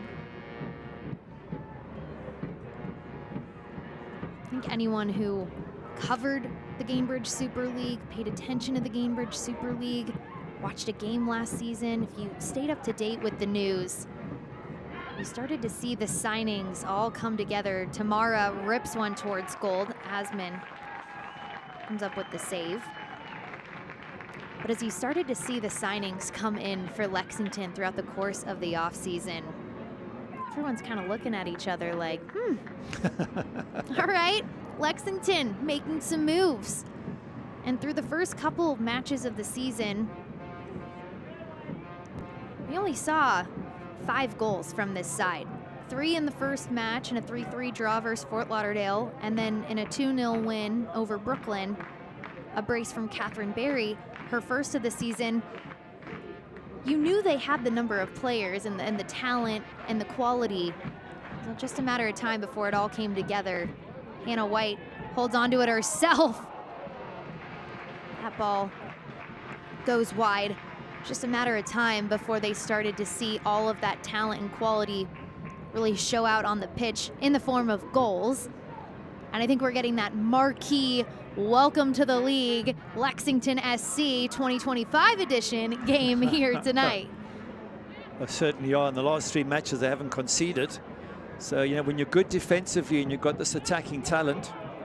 McCain, top of the box, McCain! Make it 5 for Lexington SC. Quality finish there from Addie McCain. Just picked her spot in the corner, gave Riley Foster no chance whatsoever. It's been incessant throughout this match, Lexington. Turnover ball, lovely passes into the forward players, and the quality up front is just top class.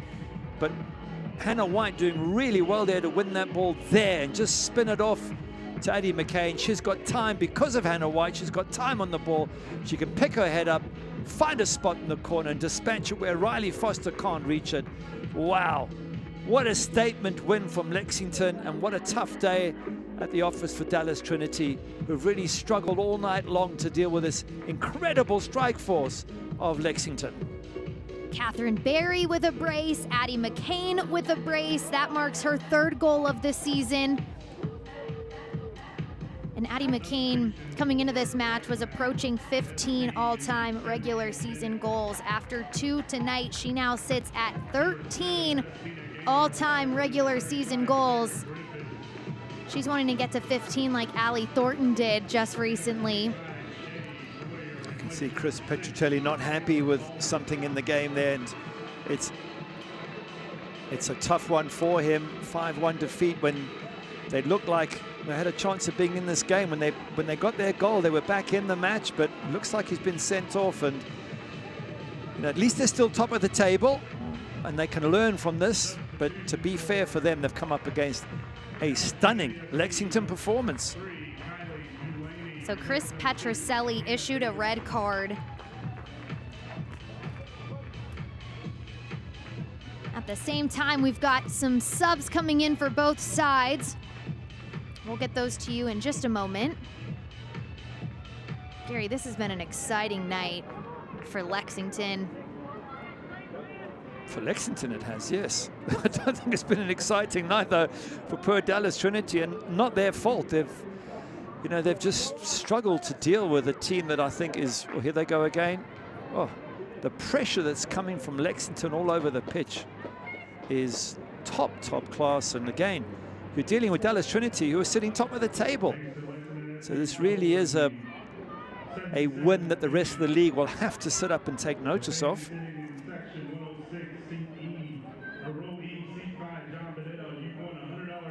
Now all they have to do, Dallas Trinity, is just not allow any more goals. The damage is done. You just don't want it to get any worse than it is now. So for Lexington, some late substitutions. It's Justina Gaynor coming on for Sarah Griffith. And Shay Moyer now on for Taylor Ulmer. And on the other side for Dallas, Kylie Delaney replaces Hannah Davison on the back line.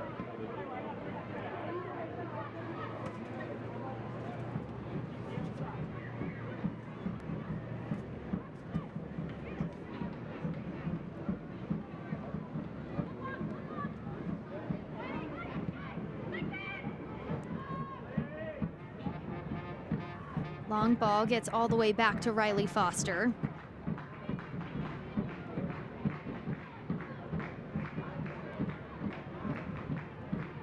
It's a tough one for Riley Foster. I mean, she had a very, very good goals against record coming into this match. She's third best goals against average of 1.2. I think it doesn't take a mathematician to figure out those percentages have gone right through the roof here with the 5 goals got in, and not really anything that Riley Foster could do about them either.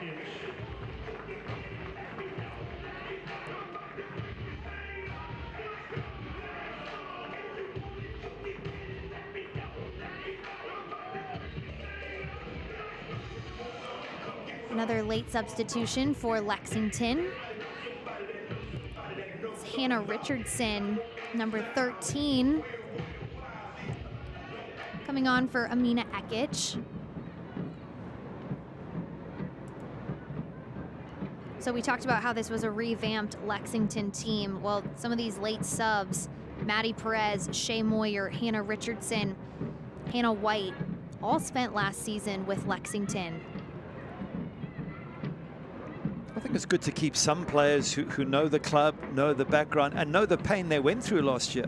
Those are the players in the locker room who will be saying, look, I don't want to be bottom of the table again. I want to be fighting for honors, and that's a driving force within the locker room. So it's a lovely balance they've put together at Lexington in terms of players. They really have gone out and got some of the best, and I think you can see them all coming together, which again is what Chris Petroselli said to us. He said, this is an all-star team. Not the Lexington of last year, this is the all-star team. He says we're going to have our hands full dealing with them, and he's been proven right. I think it'd be disappointing for them, Dallas Trinity, but certainly nothing to be ashamed of. They've just haven't been able to deal with Lexington over the course of this match. Well, and to your point in earlier conversations with Misaki Hemi, he said all the returning players that we kept are a big part in terms of our culture. Shay Moyer being one of those players who's now on the pitch for Lexington. She was a leader last year, has taken on a leadership role again for this side. Her potential upside is massive, he said. So excited about her, and he thinks she's one of the best midfielders in the league. And so to have a player like her coming off your bench is huge for this Lexington side, in addition to the all-star team that they are. Well, Gaynor trips up Caroline Kelly. So a free kick coming for Dallas here in the late moments.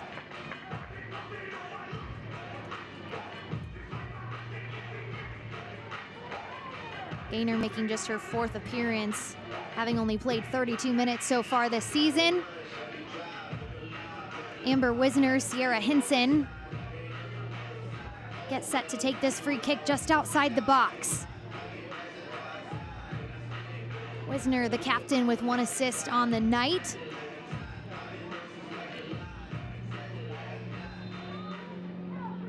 Hinson runs over it.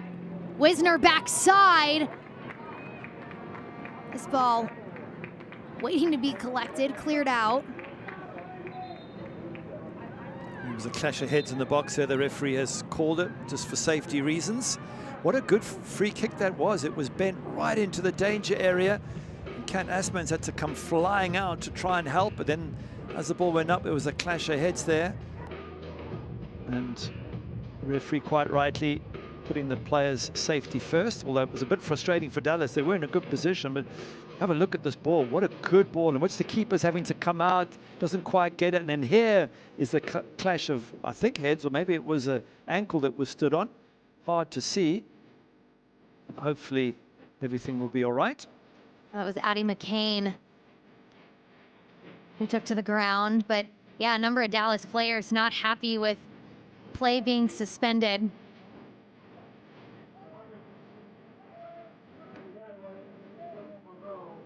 Our head official, Jamie Padilla, prioritizing the player down in the box.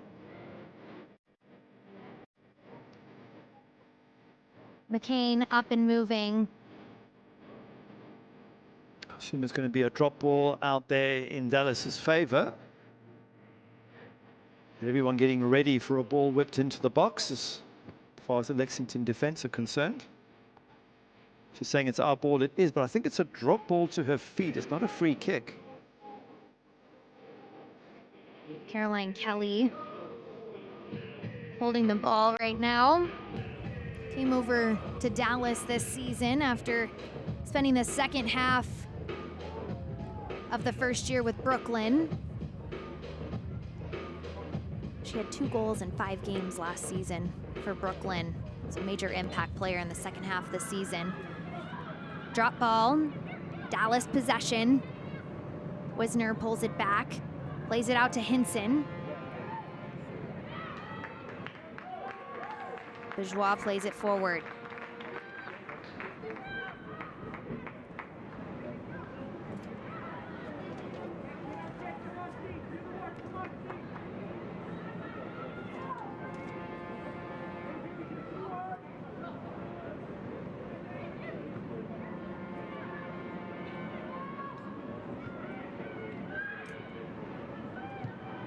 You can see there, 5 goals, the most conceded by Dallas in league play all time.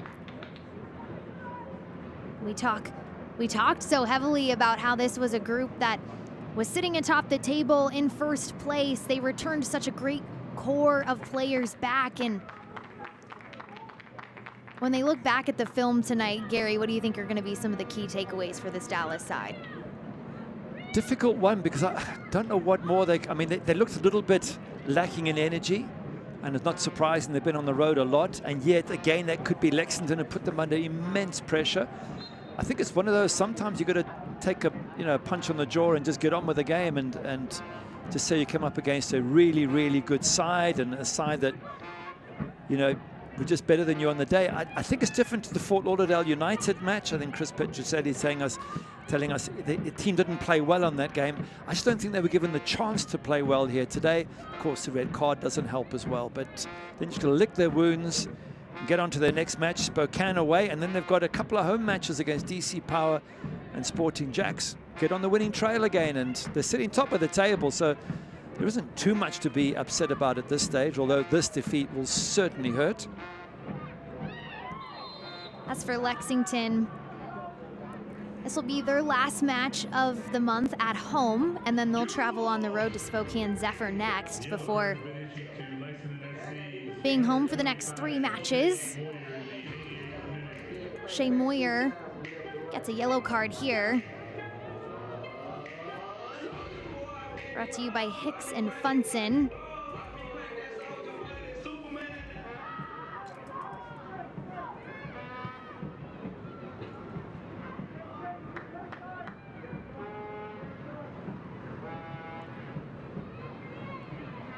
Lexington just was on fire this evening, showing out in front of their home crowd. 5 goals tonight, the most all-time in league play in club history.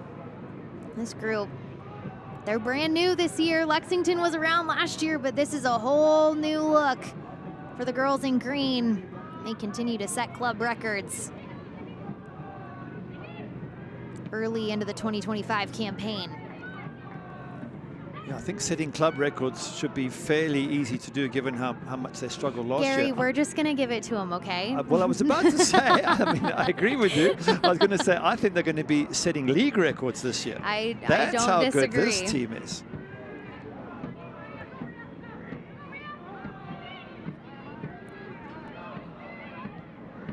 Bourgeois out to Richardson.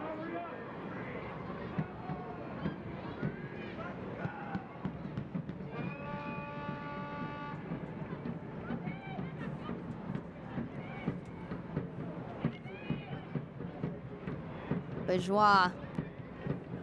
McCain. McCain with it again.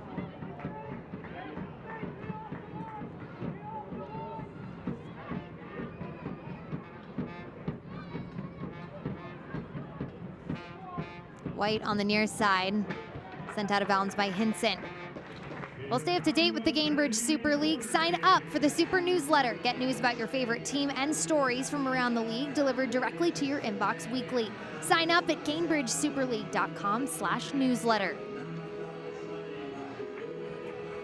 Let's see if Lexington can go back to their quality set pieces that they were causing so much trouble in that Dallas box. So a minimum of 4 minutes of stoppage time added to the second half. Tati Fung set for another Commonwealth Credit Union corner kick. Fung low into the box. Moyer! Shay Moyer, the second half sub for Lexington. She wanted in on the goal scoring. She gets her first goal of the season. I'm not quite sure if that was rehearsed. It didn't look like it was a good corner initially, but it goes to Shay Moyer, who tucks it away. It was a body just in front of the goalkeeper putting her off there. I think Justina Gaynor there might have made it difficult for Riley Foster to see the ball. If that was rehearsed, it was fantastic. I think probably it was more off the cuff, but they don't mind. What a good finish. We've said all night long, set pieces, they have been the best I have seen for a long, long time out of anyone in the Gainbridge Super League. The long throws, the corners, they got their first goal at the near post. It's been a top-class performance from set pieces, and of course, a brilliant performance on the field in natural play. So they've put them all together tonight, Lexington, and come up with this incredible scoreline. That Lexington SC goal from Shay Moyer is presented by Clark's Pump and Shop.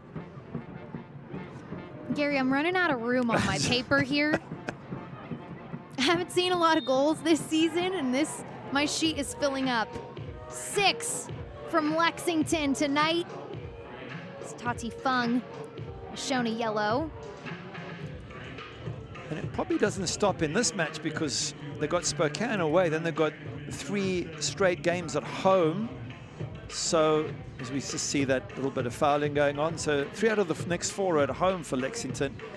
If they put in similar performances on this home turf, they'll be, you would think, well clear at the top. I mean, whether they can reproduce this performance remains to be seen, but why not? They've got the talent to do it.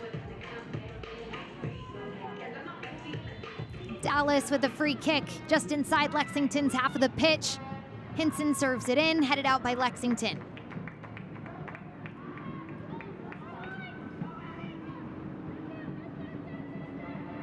Lancaster sails it over the goal.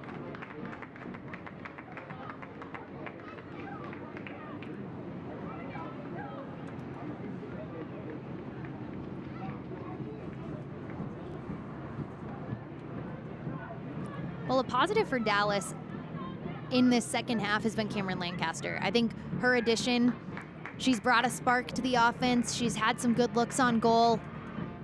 Hasn't been able to finish any, but to have a player of her caliber off the bench, she did provide a spark, I think, for this Dallas team in the second half. She did, and it was a brave move by Chris Petroselli, and I'm assuming what he said to the 4 players who came all at once was, have a go. I think it was 3-1 at the time when they came on. Have a go, let's get to see if we can get back in the match. They traded blows. We said at the time the risk is you leave gaps at the other end and Lexington can pick you off. And then once they were down to 10 players, throwing bodies forward meant the gaps were very big and they got punished, but credit to them for trying. You know, a number of teams could have sat back at 3-1 and just tried to defend, and they didn't. Dallas Trinity, they went for it. They tried to get back in the game. They took some risks, and unfortunately, they got hurt in the process. But that's the risk you take, and they deserve a pat on the back for at least trying to get back in the match. A bit of a tangle just inside Lexington's half of the field. We'll get a look here. That was Alyssa Bourgeois. Pulling heavily on her back by the looks of it. I hope she's going to be okay. Last thing you want if you're Misaki Hemi is an injury, especially in the last kick of the match.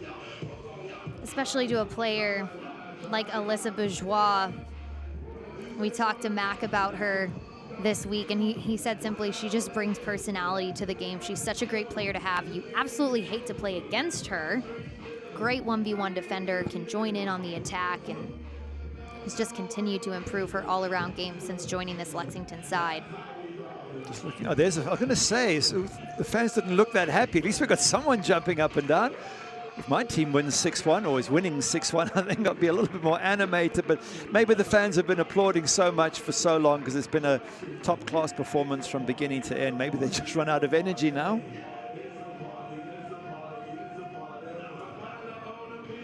So Alyssa Bourgeois is up and moving on her own, which is a great sight for Lexington fans.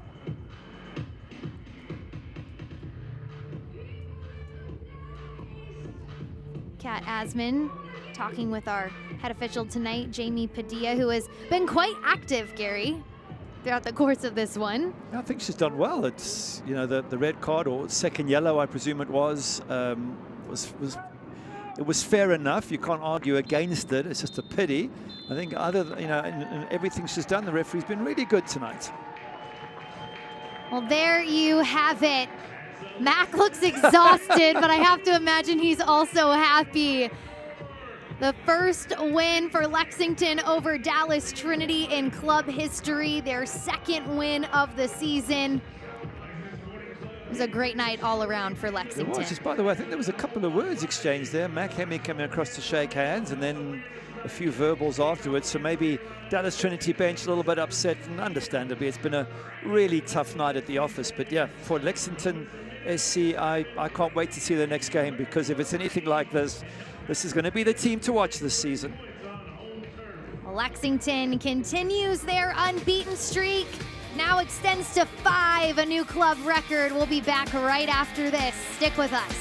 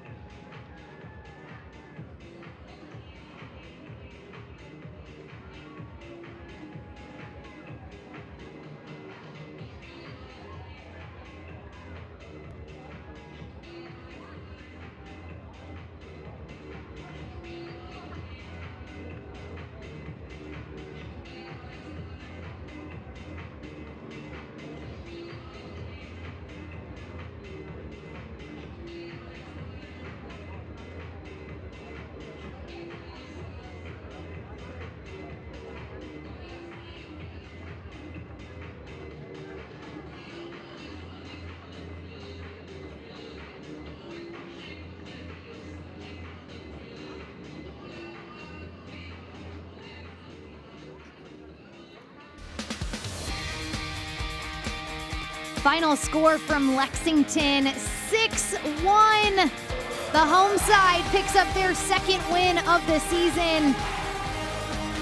We're joined now by Addie McCain who had to brace herself tonight. Addie, we're no stranger to watching you score goals in the Super League, but what a performance for this offense tonight. Mac told us all week long it really was only a matter of time before this offense really got going and the floodgates would open. How much fun was this group having on the pitch tonight?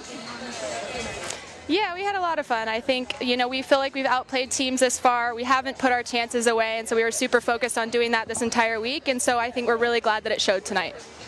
And Addie, just take us through your two goals, the setup from Sarah Griffiths and Hannah White winning the ball for the second one, and how it helped you get a chance to score both those goals. Yeah, I think the first one, it was phenomenal team play. I feel like we do that a lot. We work on patterns. It was probably a pattern we did in training.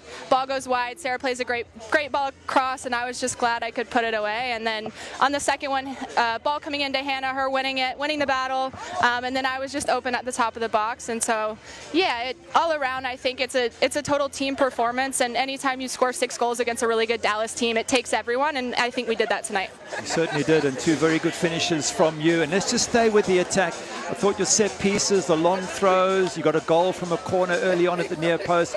Set pieces is something you work on regularly because you guys look really good at it tonight. Yeah, we work on them often. We have a really big team as well, so I think we try to use that to our advantage. We have a girl who's got a long throw, Hannah's a long throw, so I think that plays into our advantage, and so we work on them often. Addie, a lot of people saw this offseason, this Lexington team. Every signing that there was, everyone kind of started to raise their eyebrows, go, oh, this is going to be a new Lexington team this year. Some have even called it the all-star team in the Super League. But to see it all finally come together in this match tonight, would you say it was kind of the statement win so far this season for this Lexington side? Yeah, I think so. I think it's a breath of fresh air. Like I said, I think we felt like we were outplaying teams at times, but we weren't putting our chances away. And ultimately, you can have a lot of really good players, but that doesn't mean you always play well together. So it's about finding our rhythm, continuing to put performances out like that. And I think we're capable of doing that, and it's just a step in the right direction for us. Well, it was certainly fun to watch the girls in green get after it tonight. 6-1 win at home. Addie, thanks so much for the time. Thank you, guys. All right, well, we've got a lot of highlights, Gary. Get ready, folks. It all started here with the set pieces you just talked about, Gary. Yeah, Kat Berry at the near post. It's a brilliantly worked corner. Lovely flight of the ball from Tati Fung, but the defense that let them down a little bit there, Dallas Trinity, because then they were chasing the game. And this is a lovely build-up. Well, the one I was talking to, the Sarah Griffiths pass straight in for Addie McCain, and she was saying how well Sarah Griffiths done and how they've practiced this move. All started, by the way, by a fantastic pass from Kat Berry. Addie McCain now has 13 all-time regular season goals, but in the 24th minute, Dallas, they found some success offensively, and it was Celie Strawn putting one away for the away side. Yeah, Kat Asman just assuming it was going to be a cross. It wasn't. It ended up being hit at the near post. Nice switch of play by Amber Wisner. And at 2-1, you're thinking, okay, this could be a really, really tight game. But it wasn't long before they got another goal, and that really hurt the visiting side, Dallas Trinity, because from here they play a ball through. It's knocked back. And Kat Berry, then forward to Kat Berry, rather, from Sarah Griffith. Head up. Where is Kat Berry? Ball in, and buries that one in the back of the net, and that really was a dagger in the heart there for Dallas Trinity. Yeah, Catherine Berry now leading the league with 4 goals on the year, her second brace of the season, but the goal scoring continued in the 71st minute. Taylor Almar here running with the ball, head up. Where is Amina Ekic? Just slots the ball in for her. Nice pace on the ball, one touch into the corner, 4-1. And to be fair, at this stage, Dallas Trinity were chasing the game. They were player down. They were trying to get back. They were throwing numbers forward, and they just got picked off by Lexington SC, and that wonderful finish there from Amina Ekic. Her first goal of the season put Lexington up 4-1, but the flurry of goals continued. Hannah White gets a touch, and Addie McCain just, nicely, casually puts her away. It's like she's passing the ball into the back of the net, but well done, Hannah White. She won that ball. That commitment there is what's so important. Addie McCain, just all too easy for her in the corner. Well, to round out the scoring, it was Shay Moyer. She put the team on the board in extra time. just adding to the lead off of another set piece. Yeah, I'm not so sure this was meant. I think it looked like the corner was almost mishit. But again, when it's your day, you hit one there. Shea Moyer, side foot. Maybe it got a deflection on the way through. Hard to see. But all in all, 6-1. It's just, I mean, it's a fab. Look at the shots, 23-9. The expected goals was way in favor. It was 1.95 to 0.3. And every single stat that I could give you, it just shows you that Lexington totally dominated this match. Yeah, an all-around outstanding performance for Lexington SC. They pick up their second win of the season, both coming at home, and it was a big one tonight. 6-1, the final score over Dallas Trinity. Well, Lexington remains undefeated through the first 5 matches of the season, a new club record, and they do so, picking up their first win over Dallas Trinity in club history. From our producer, Emma Watson, my partner, Gary Bailey, I'm Bridget Howard. It's been a fun one, but we've got more Gainbridge Super League action coming up for you tomorrow. Join us as we've got more matches to round out Week 6.